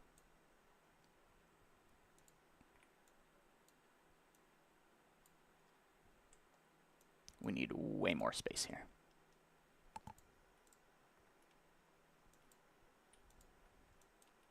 And then we're just going to do the same for the y-axis. So that gets me one of the points. This will get me the other point. Or no, rather, this will get me the other point. So all I'm doing is I'm doing a different selection. And now we have both of these points. So if I was to join these together, we should now see 2 points, which I do. I see one here. Might be hard to tell. Can I see this in solid view? Oh, there we go. So you can see we have those 2 points. I'm going to do the same with the y, so that defines one axis. The other axis, and I feel like whatever I do here has to ultimately end up as a node group, right? The other thing I'm going to do is I'm going to copy all that, connect that here, and turn this to be a y-axis. And I think somebody said that 2 axes is all you need for a full 3D rotation without like gimbal lock or whatever. Okay, so now I also have these. So there we go. Those are the 4 corners. And I can use those to get 2 different axes and then run that axis to rotation. That's the theory. After that, I'm going to have to go back to the drawing board. So we don't actually need these points. That was just a visualizer. What I do need is the axes. So I'm going to take what max minus min, and then same over here. I'm going to take max minus min. So these are our 2 axes. Then, sheesh capiche. So I'm going to turn all this into a node group. I'm going to call these axes of rotation, and then we'll actually be able to see everything.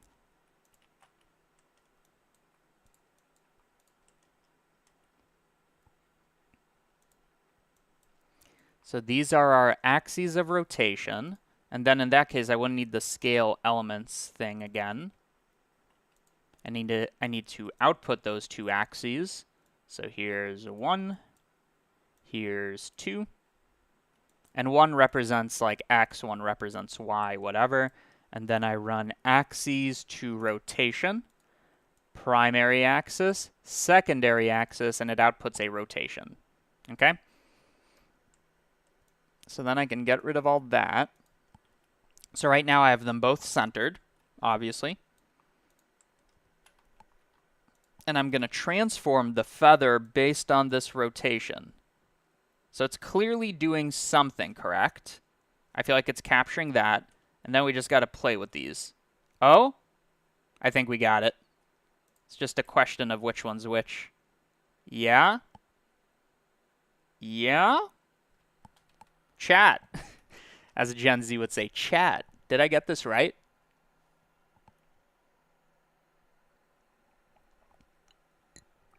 I think we got it.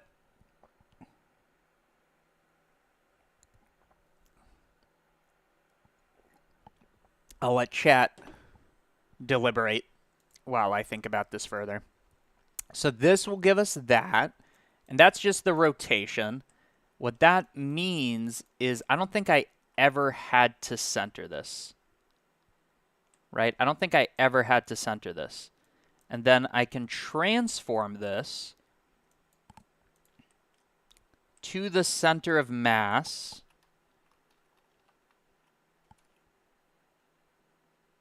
Didn't I make a thing for this? Move centroid. I could move the feather based on the simulator, and now it should rotate and move with the feather. I think we did it. No gimbal lock. I'm not thinking about it. I'm not thinking about it. Okay. I think we got it. So now we can have any object, whatever that may be, follow our bad boy. We know we like that. So, cleanup time. We have this. This I should probably even do inside of here so that it just outputs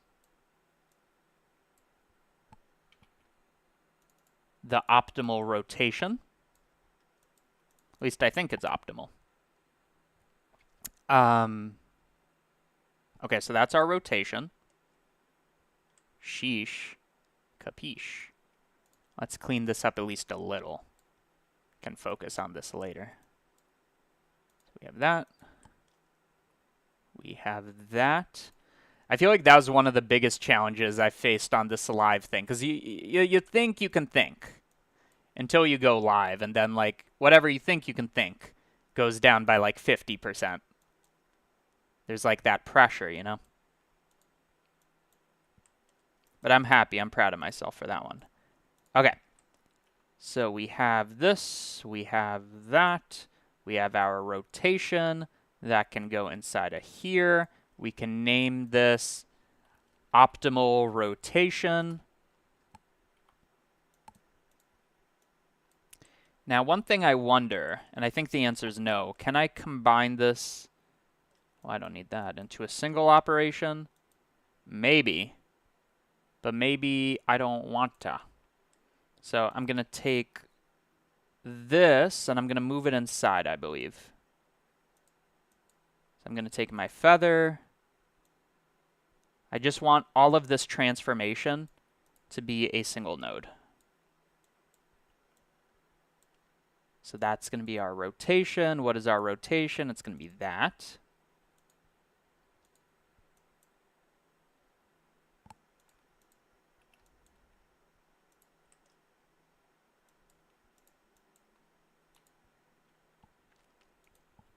So this can be called move feather now.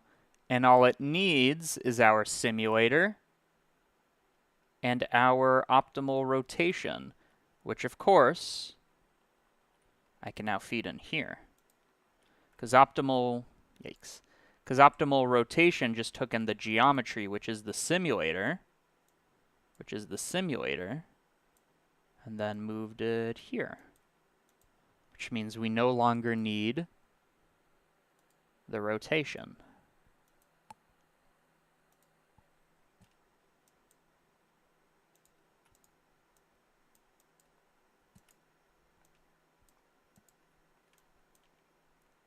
This might have been one of the hardest ones so far, I feel like, just this idea.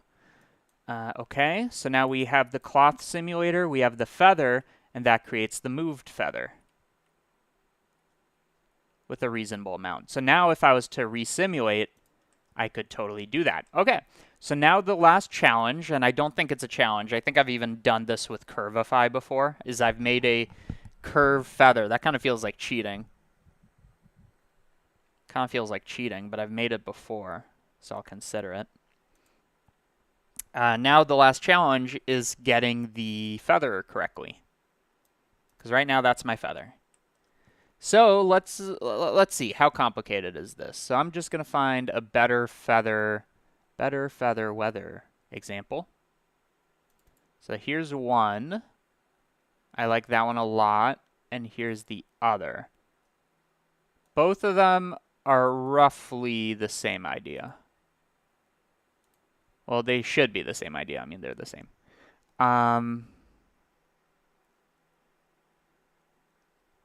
Yeah, it really is just kind of making a hair system and then bunching it together. Let's make a procedural feather.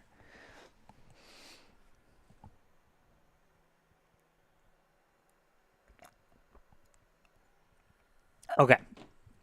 To make a feather, which we're then going to, do all this to, I'm going to do this totally from the top view. And can I even rotate this image? That would be useful. Image, transform, rotate clockwise. Nope. Image, transform, rotate counterclockwise. Okay, so we are literally, I don't need this timeline anymore. We're literally just copying this. Okay, so this should be much easier. We start with a curve line. That curve line should point up the y-axis. So here we have that, and that should be turned into a mesh using a curve circle. Great. Let's make that thin, even thinner, even thinner. And you're going to see that this radius kind of shrinks as it goes upwards. So for the scale, I'm just going to run the spline parameter along it. So here I'm going to be going much faster because I feel like the hard part's over. I could also reverse the curve so that I don't need to do any flipping of the spline parameter. Okay. Next order of business is this needs to be a bit more interesting. So I'm going to resample our curve, and I'm going to distort it. There we go. Just by a little. So it has some bend to it.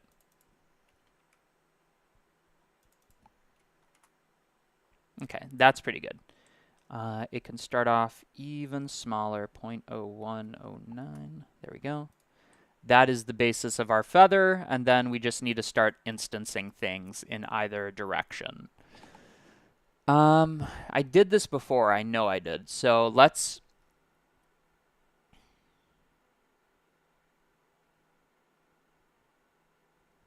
Yeah. So let's take this curve line, which I'm going to make a bit more detailed. This can be a little less detailed. So all of this I'm going to move off to the side and make sure I don't delete it. That would be horrible. Don't delete. Okay.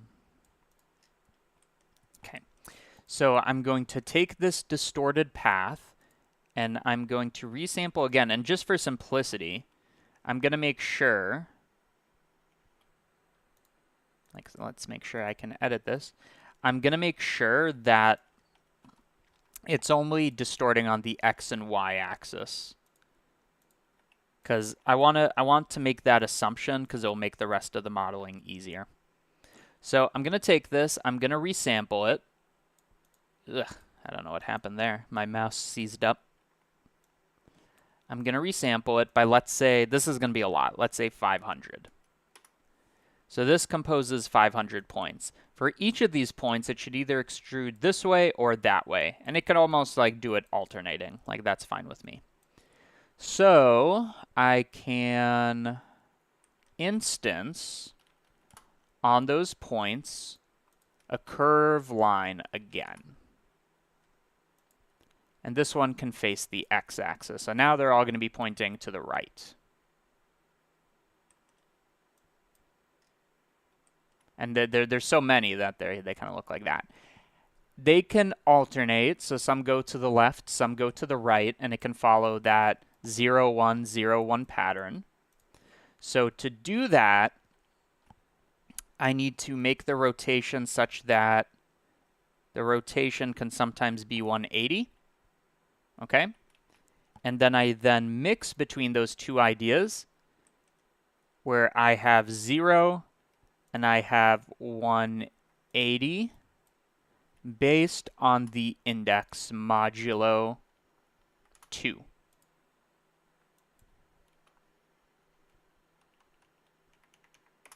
So that's going to output 0, 1, 0, 1 like that. And I believe the reason this is so weird, oh, we can mix rotation, is that it's in radians? I think it was in radians before. So now it's going 0, 1, 0, 1. If I zoom in, you can see they're alternating. And let's bring down the length. I now want to, first of all, give the profile shape of this, and then second of all, kind of give it that curl where it's pointing upwards. So to get the shape, that's going to be fully the scale, and that's nice because we can take the spline parameter, which goes up the curve, and then I can shape it, as I've been doing. Boom. So this starts off thin, and then it we just kind of draw what we see. It ends at super thin.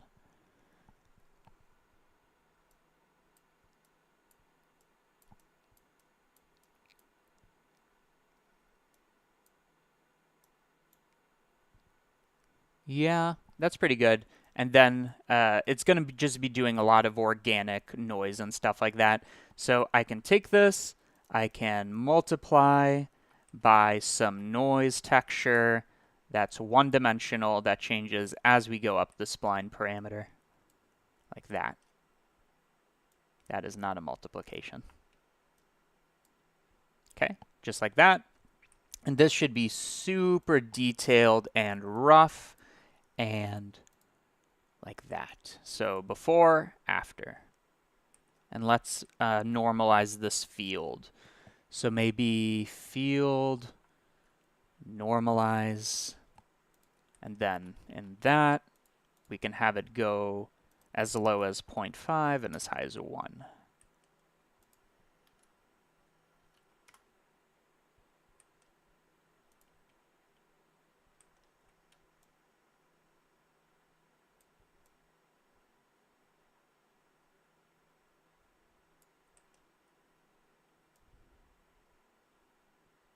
Okay, so that just gives it a bit more form. Now you see that there's kind of like a spacing between these, like sometimes they don't spawn or sometimes, or no, I guess they always do, but sometimes they curl. That we will figure out in a moment.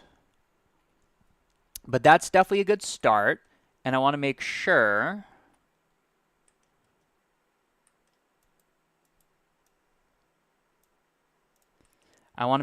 that they also curl upwards. So this curve line that I'm going to end up instancing, I'm just going to resample a few times. This makes it so that if I throw a distort, it's not going to work, right? Yeah.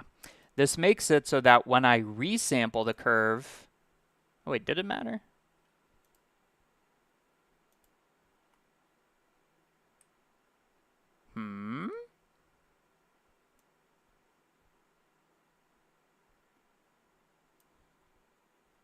Oh, that's not a realize node.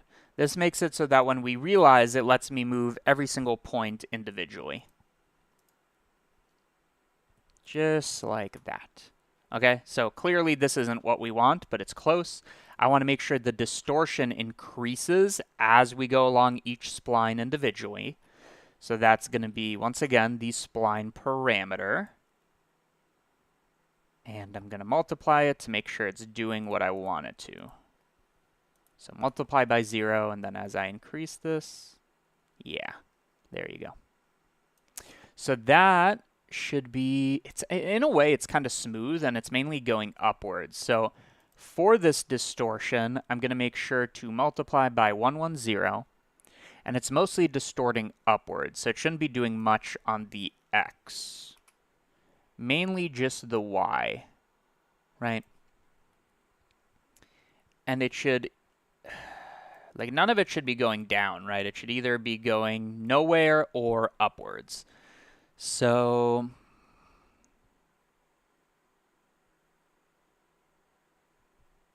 what I can do, I believe I can add something to the y component. Kind of get that shape right there. Okay, that's a good start. And then we can even run a curl on some of these so that they kind of bend upwards, which I should have made a node. Okay, so we have all that. I'm going to take my resampled curve, which remember tells you exactly how much, to instance, and I don't want it instanced in the beginning, and that's as easy as trimming the beginning of the curve. Just like that.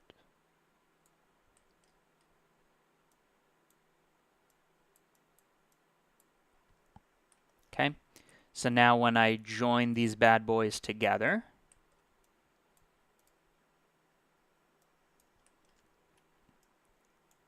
we get that. And remember, all of this is what we're going to be, moving along the thing. Okay, so that's definitely a pretty strong start. What is preventing this from looking like a feather? It's the bunching, isn't it? It needs to have bunching, almost like there's clumps or something like that. So maybe what we can do is we can spawn certain points right along the tips. Somehow we do that randomly. And then all the points near it kind of converge using proximity, right? I do not have an Instagram.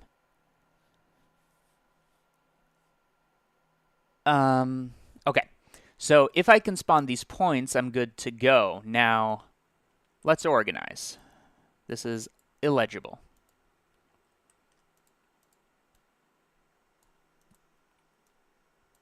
Because a lot of this is deterministic in the sense that I know I never want to edit it. So if that's the case, I just hide it.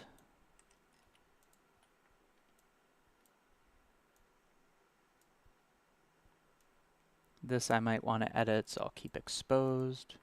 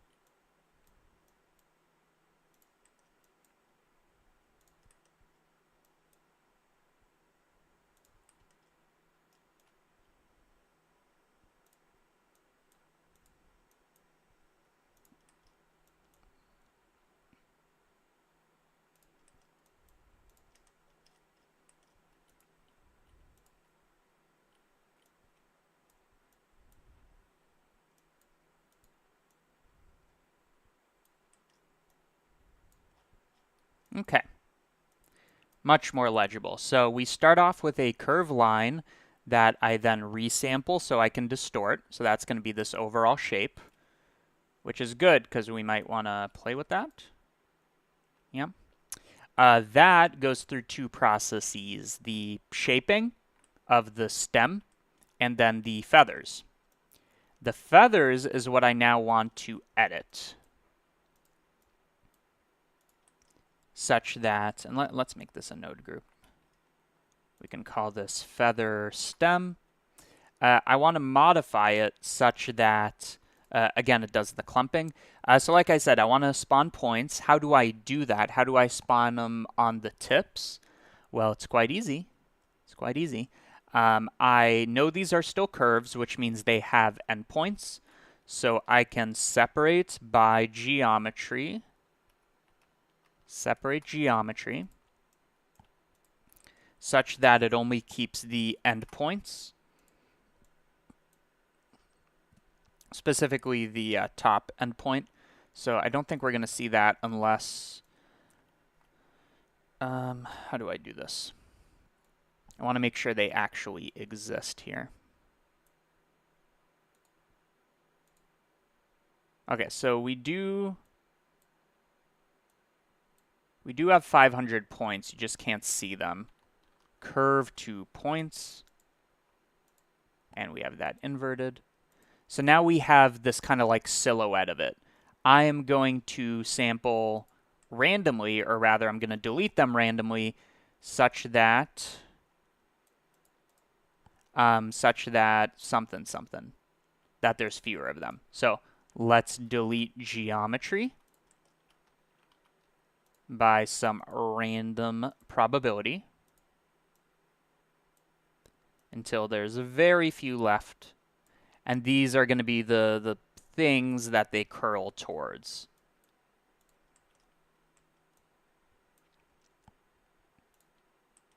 Okay, so we have this. We have these points. I'm going, because they're curves, they don't like to move. They don't like to move. So what we can do, so does geometry proximity work? Of points? Maybe. Let's see. I set position based on this distance. Oh no, that does work. That does work. So I'm going to find its nearest point. I'm going to look at the distance, and based on that distance, it should get closer to that point. So we need to know what direction that's going to be in. Well, we know where the position is. So I guess one way to think about it is we take its position, and I'm going to mix it. I'm going to say take the position and make it somewhat the target point. So you can see now they're kind of going to where they got to go. But it shouldn't be everywhere, because you can see it's glitchy. That should be dependent on the distance and a inverse relationship. So if it's close, it should really go there, and if it's far, it shouldn't even bother. Okay. Oh, what do we got? Before. This is composed of a lot of points, right? So this is before, and then after, and then, yeah. There we go. So, of course, I want more iterations here. And you can see that's kind of working. They're kind of going to their points. But it should also be not just distance dependent. It should be like how far along are you. So the very tips of them should be moving the most. So I'm again going to multiply by the spline parameter, which is going to be used all the dang time. So before and after.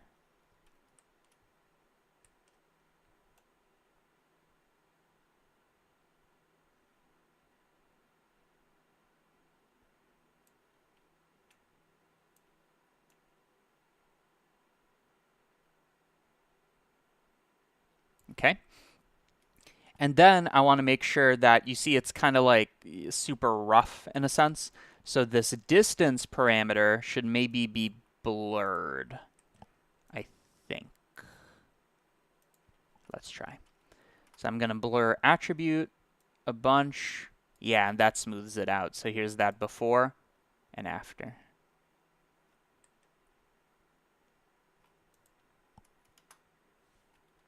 It's just that sometimes there's 2 points that are very close to each other, but one wants to go here and one wants to go there. And that creates a big, gap. But now, we can change the probability and how much clumping that is. So let's say we have a lot of clumps. And we can also delete edges that are like super, stretched or something like that. But that's already much better. And not only should it go here, but they kind of curl upwards. So we could do like a curve curl, which we've done before for the pumpkin, for the tail of the pumpkin, which I've done over here. So you might, if you were there, you might remember we have this nice curl, but I don't wanna. Maybe we can approximate it.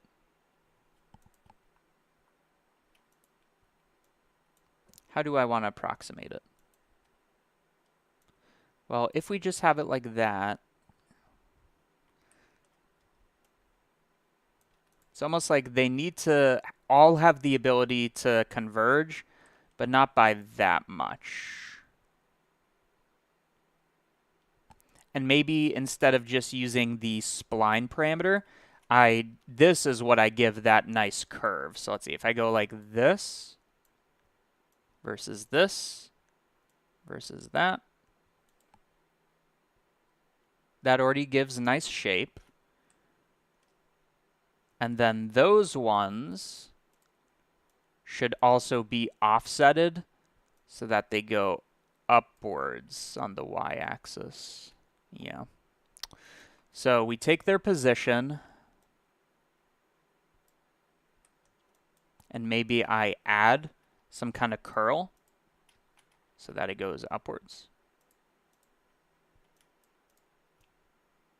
Yeah. You see what Papa's got cooking? Okay, so now we have that nice curl, and I'm not really worried about these artifacts because, again, I can just get rid of them. I can get rid of them, and I can smooth them. So what if I bring this down to 10? Now we got something like that.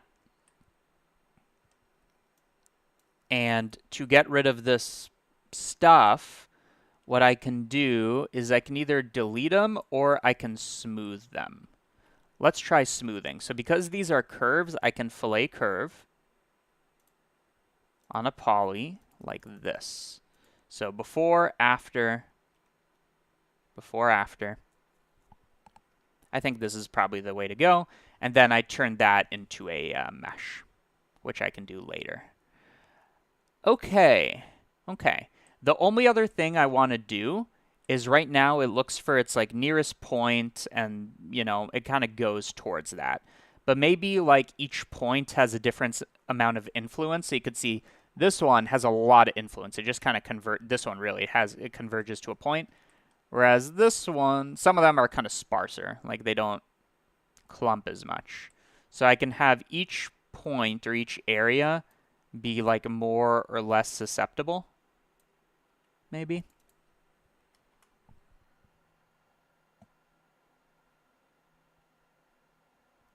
I could separate out the attraction of the strands. I could. So each strand has to choose a point. Or I can make it so that each strand has kind of like a likelihood or like a strength parameter. Or even easier. Like we could do all that. Or we take a noise texture and just let that decide. And that should be a normalized field so that I can very easily control it. And we'll shape it. Okay, so let's see. Before, after, let's add a lot of detail and a lot of roughness. Because if you look close, some of these hairs, at least at the tip, get kind of messy. Well, that didn't do much, did it?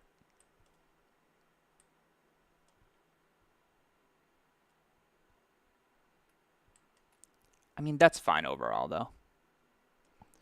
Okay, so now let's take this, and can we now resample easily? Would that work?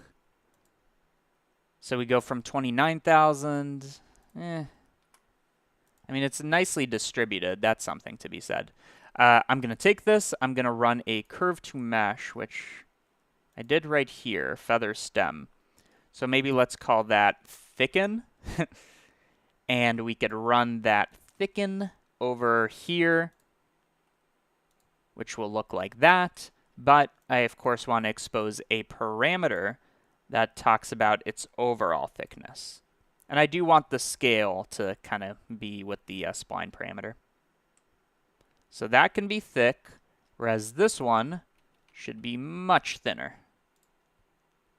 Yeah.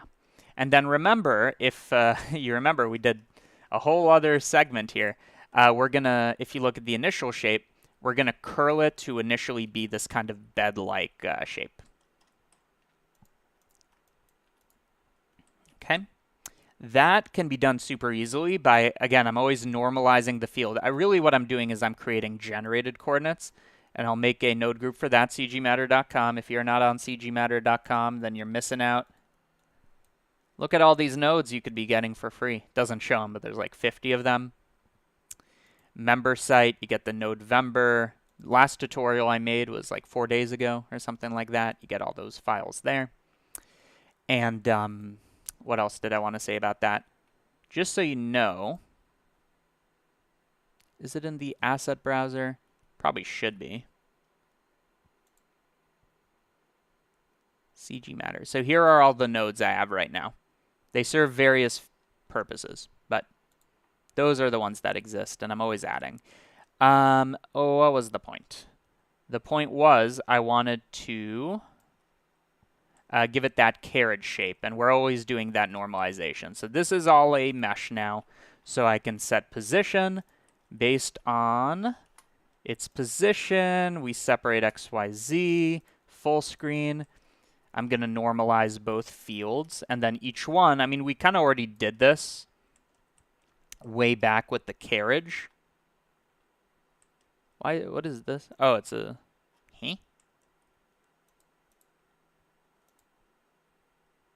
Oh, when did I add a driver? I do not remember doing that.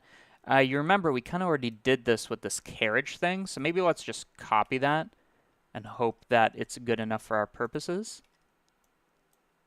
I'm going to connect that here. That should be an offset. Yeah, that's good enough for our purposes. So before, after. And now we can really like shape this. So should have more curvature this way. Maybe not that much. And then it should have a bit more curvature this way. Okay.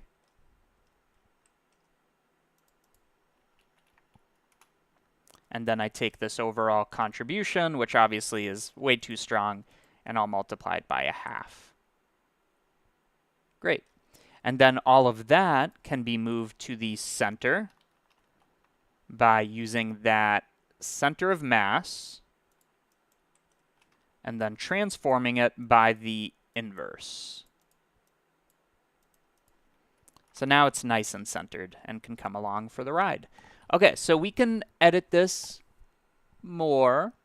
Like we can even have every strand be a different thickness and stuff like that. But let's say we like that for now. Okay? So all of this, which we can modify later, is going to be our feather. Biggest node group in existence. Well, remember the whole point of this, and this is going to be our feather. I want to be careful with clearing the node groups. I want to be careful. Let's see, file, cleanup. And we don't need this anymore. Okay, so this is what we view. Remember, we have the simulator and then we have the mover. Note that in the beginning, they're roughly the same size, and now we kind of only want to view the moved one. It's moving and it's falling, allegedly, in the way that a feather would. Ha ha ha ha ha. We did it. Did it take forever? Yes. Did we do it? Also yes. So now that I'm seeing it in person, let's add quite a bit of dampening. And that is falling in the way I would believe a feather would. It's mainly the wind. It's mainly the wind I want to make sure is operating the way I'd want it to. So maybe less distortion, less strength, and a bigger, smaller, but wider scale.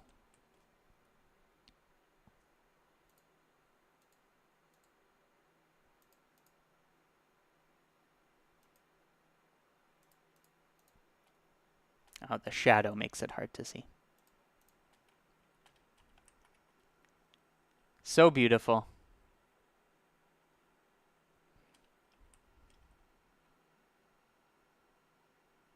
The motion is quite sharp. And again, that's just playing with these numbers. What if I make the drag nothing?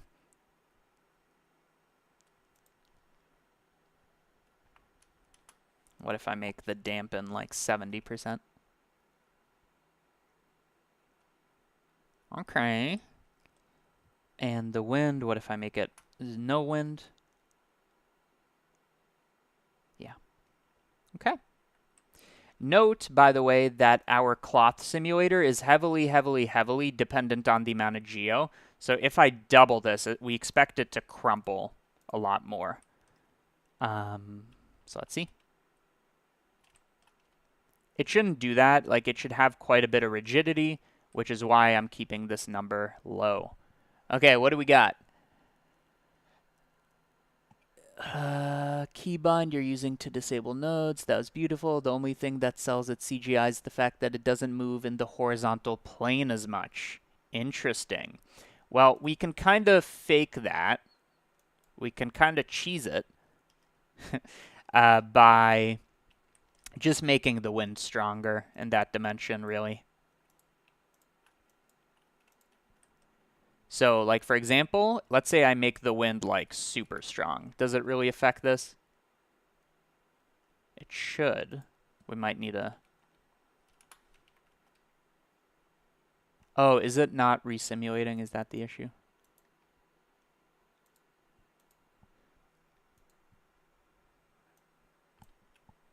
Or did I bake the simulation?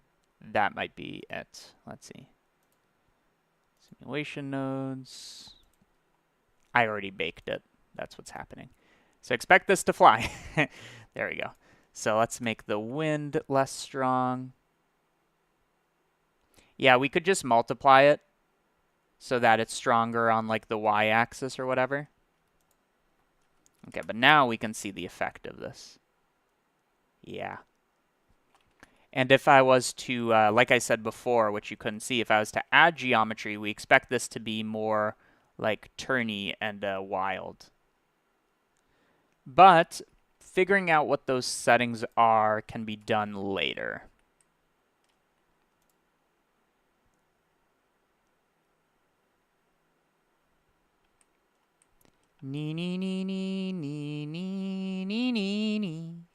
Let's see. Let's make it more susceptible to a detailed and rough and distorted wind. What would that look like? So now you can see there's more micro movements. Oh yeah, so if you wanted that turny feather thing, which is way too sharp, that's how you do it.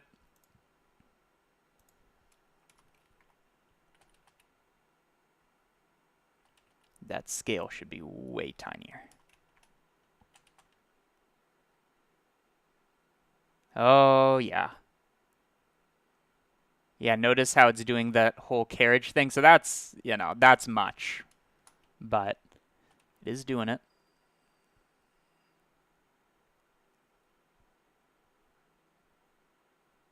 There you go.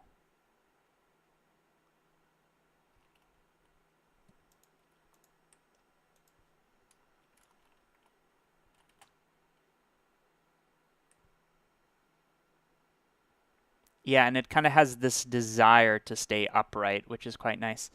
Okay, okay. So back to the feather. So now like the motion's locked in, now it's like, do you like the model, yes or no?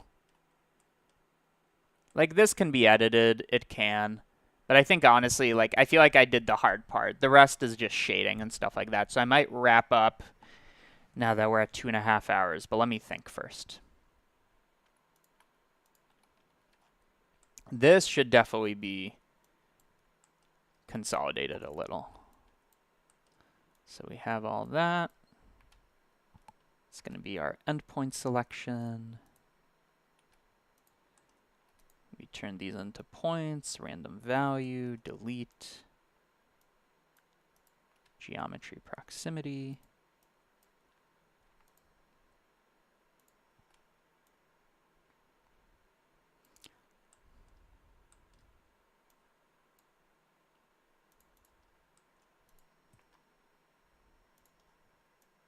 So anything super deterministic, which what I mean by that is like I'm not planning to edit it. I just kind of compress. And if I do want to edit it, I keep it exposed.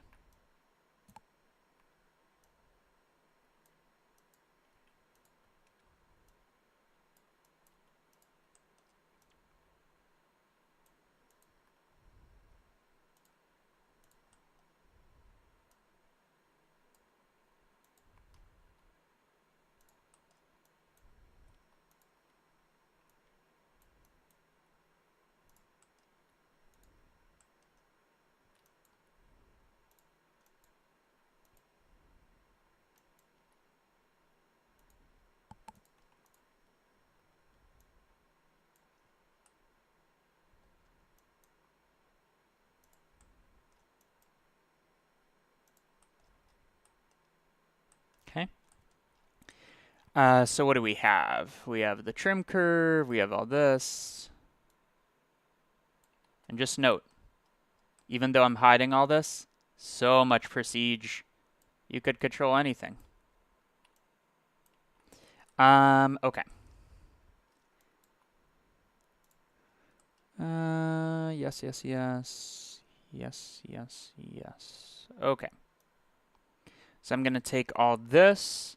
It's like the feather hairs. So I'm just going to call it hairs. Which I also want to keep that inside of there.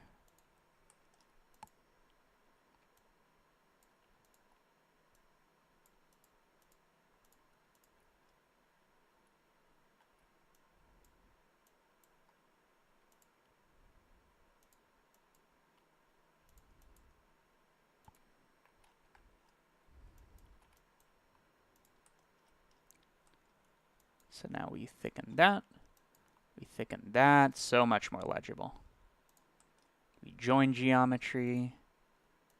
We got our normalized fields.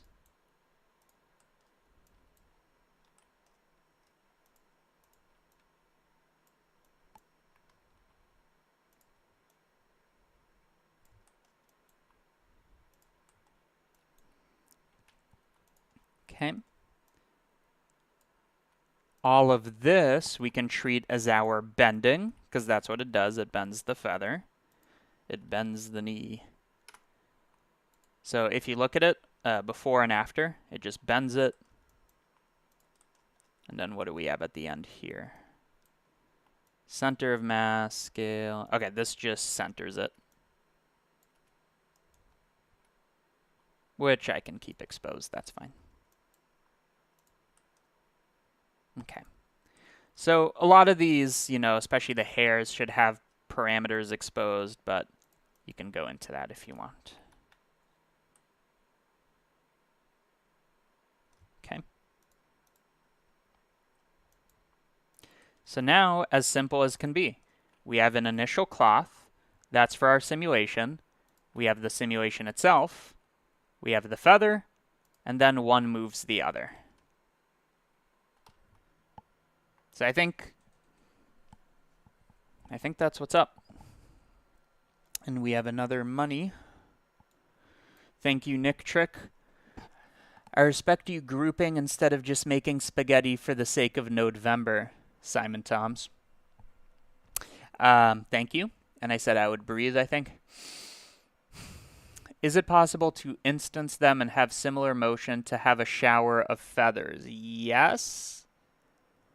The only thing is you would need to use a for each zone. So thank you. Thank you again. The only thing is you would need a for each zone. And what you could do is you could scatter. You could scatter a bunch of points. And each one runs a simulation. And you might be wondering, why not just run one big simulation? You could, but we're assuming a lot of things. We're assuming for the for this one, for solving the rotation, that it's only a single feather. So what you could do is you could run multiple simulation zones. So let's just try it. So this one, let's do something like that. The only difference is we're going to start our initial cloth off in a different position.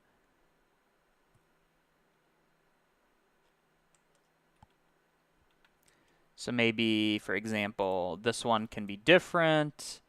And, you know, we take the grid. We transform it before we do anything. So something like that. It starts off on its side. So now we have this feather. We have this feather. And we can simulate this one. Yeah. Okay. So I don't know what bake, if it bakes all of them. We'll find out in a second. So it bakes this, bakes that, and then you join them together.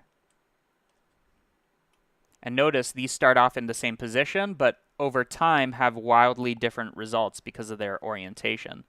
And because these are, you could argue they're independent of each other. For this, we can also transform it up a lot. And then rebake.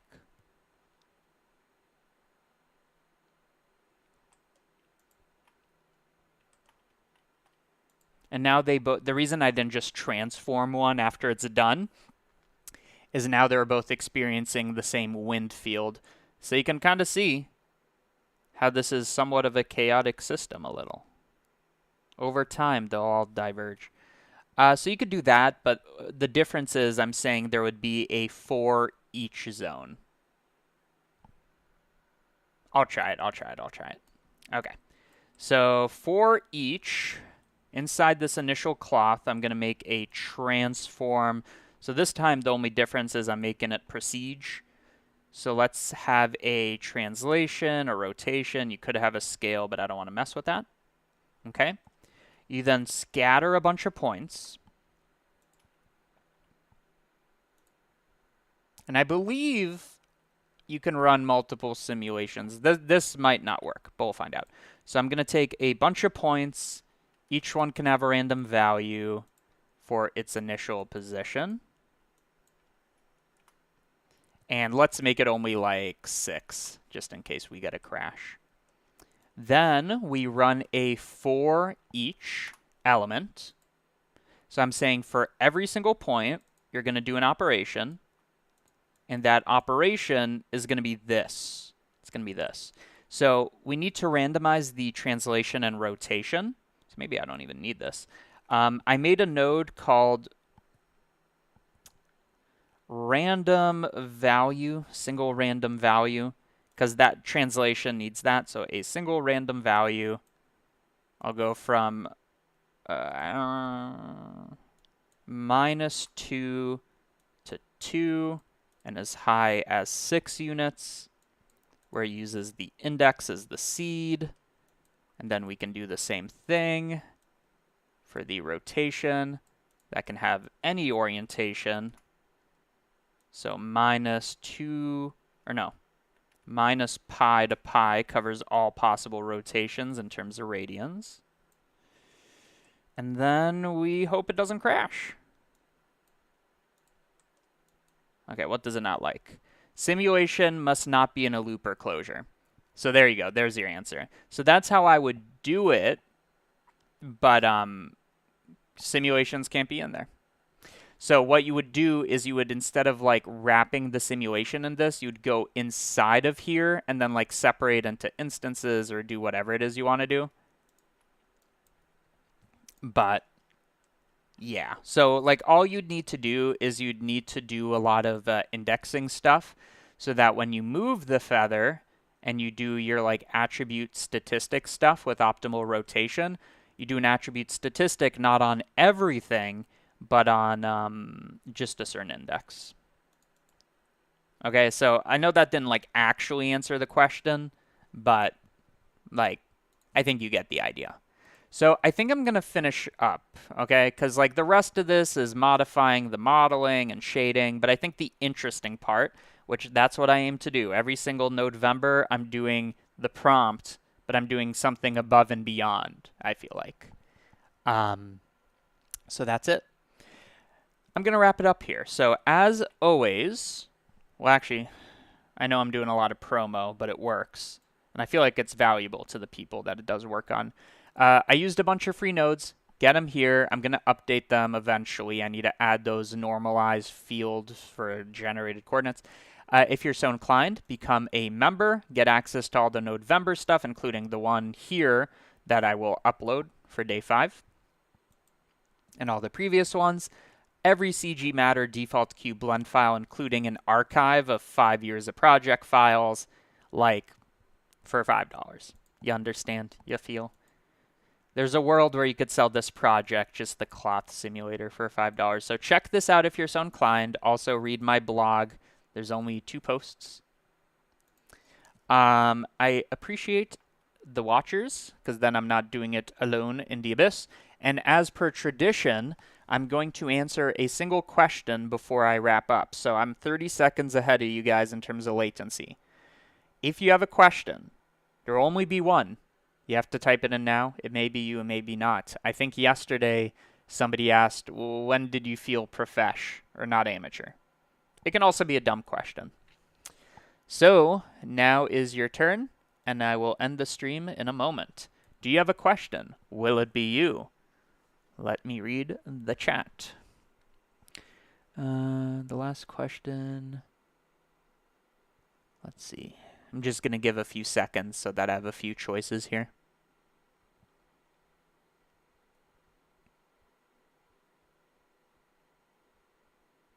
Ask your question. If there's no question, which was the case in the first stream, then I won't answer anything.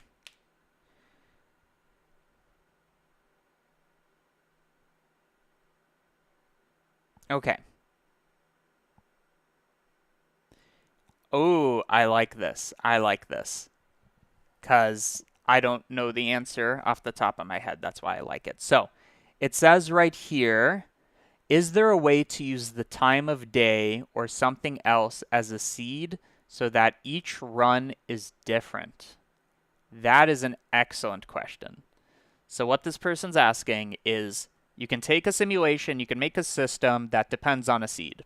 Every time you run the seed, it's going to be different. However, it is deterministic. If I pick the same seed, it's going to be the same.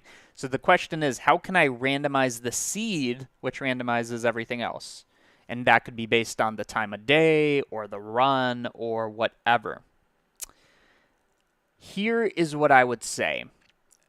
There is a way to do this using the time of day. It involves using an add-on, and I could maybe talk about that in a second.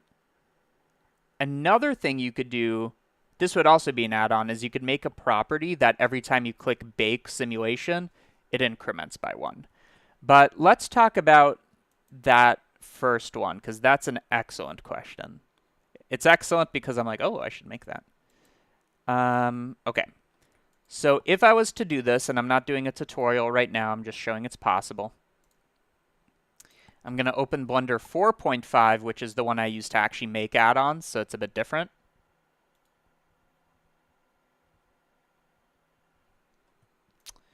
This one has, you don't need to know the specifics, but I have a way to make add-ons in here. Now, inside of here, you can have something called a time node, time and date. And this will give you the time and date. Now, the question is, what do you do with that? Well, I'm just going to show you that it's possible. What you would end up doing is making this a parameter. But let's say I make a custom add-on. That add-on is going to have a label. Okay? So I could write whatever I want in here. What that label should be the time. Okay? Now, the question is, so we have the current time. Why does it not update? It does, but only every time you update something. So you're going to see nothing changes. You're going to see nothing changes until I do this. So what you have to do is you almost have to refresh the time. But then, you know, what you end up doing is you use the string to generate a random number, and then you do a driver to that. Okay? So I know that wasn't a full answer, but I think you get the idea. That was an excellent, excellent question. Okay. So that's it. Thank you, everybody, for watching, and catch you on tomorrow's stream, cgmatter.com. Again, go to the description to do that. And thank you for watching. I feel like I'm actually going to finish Nodevember. It's taking all the time of my day because I also do renders and stuff afterwards. But there you go. Thanks, everybody, for watching, and I'll see you tomorrow.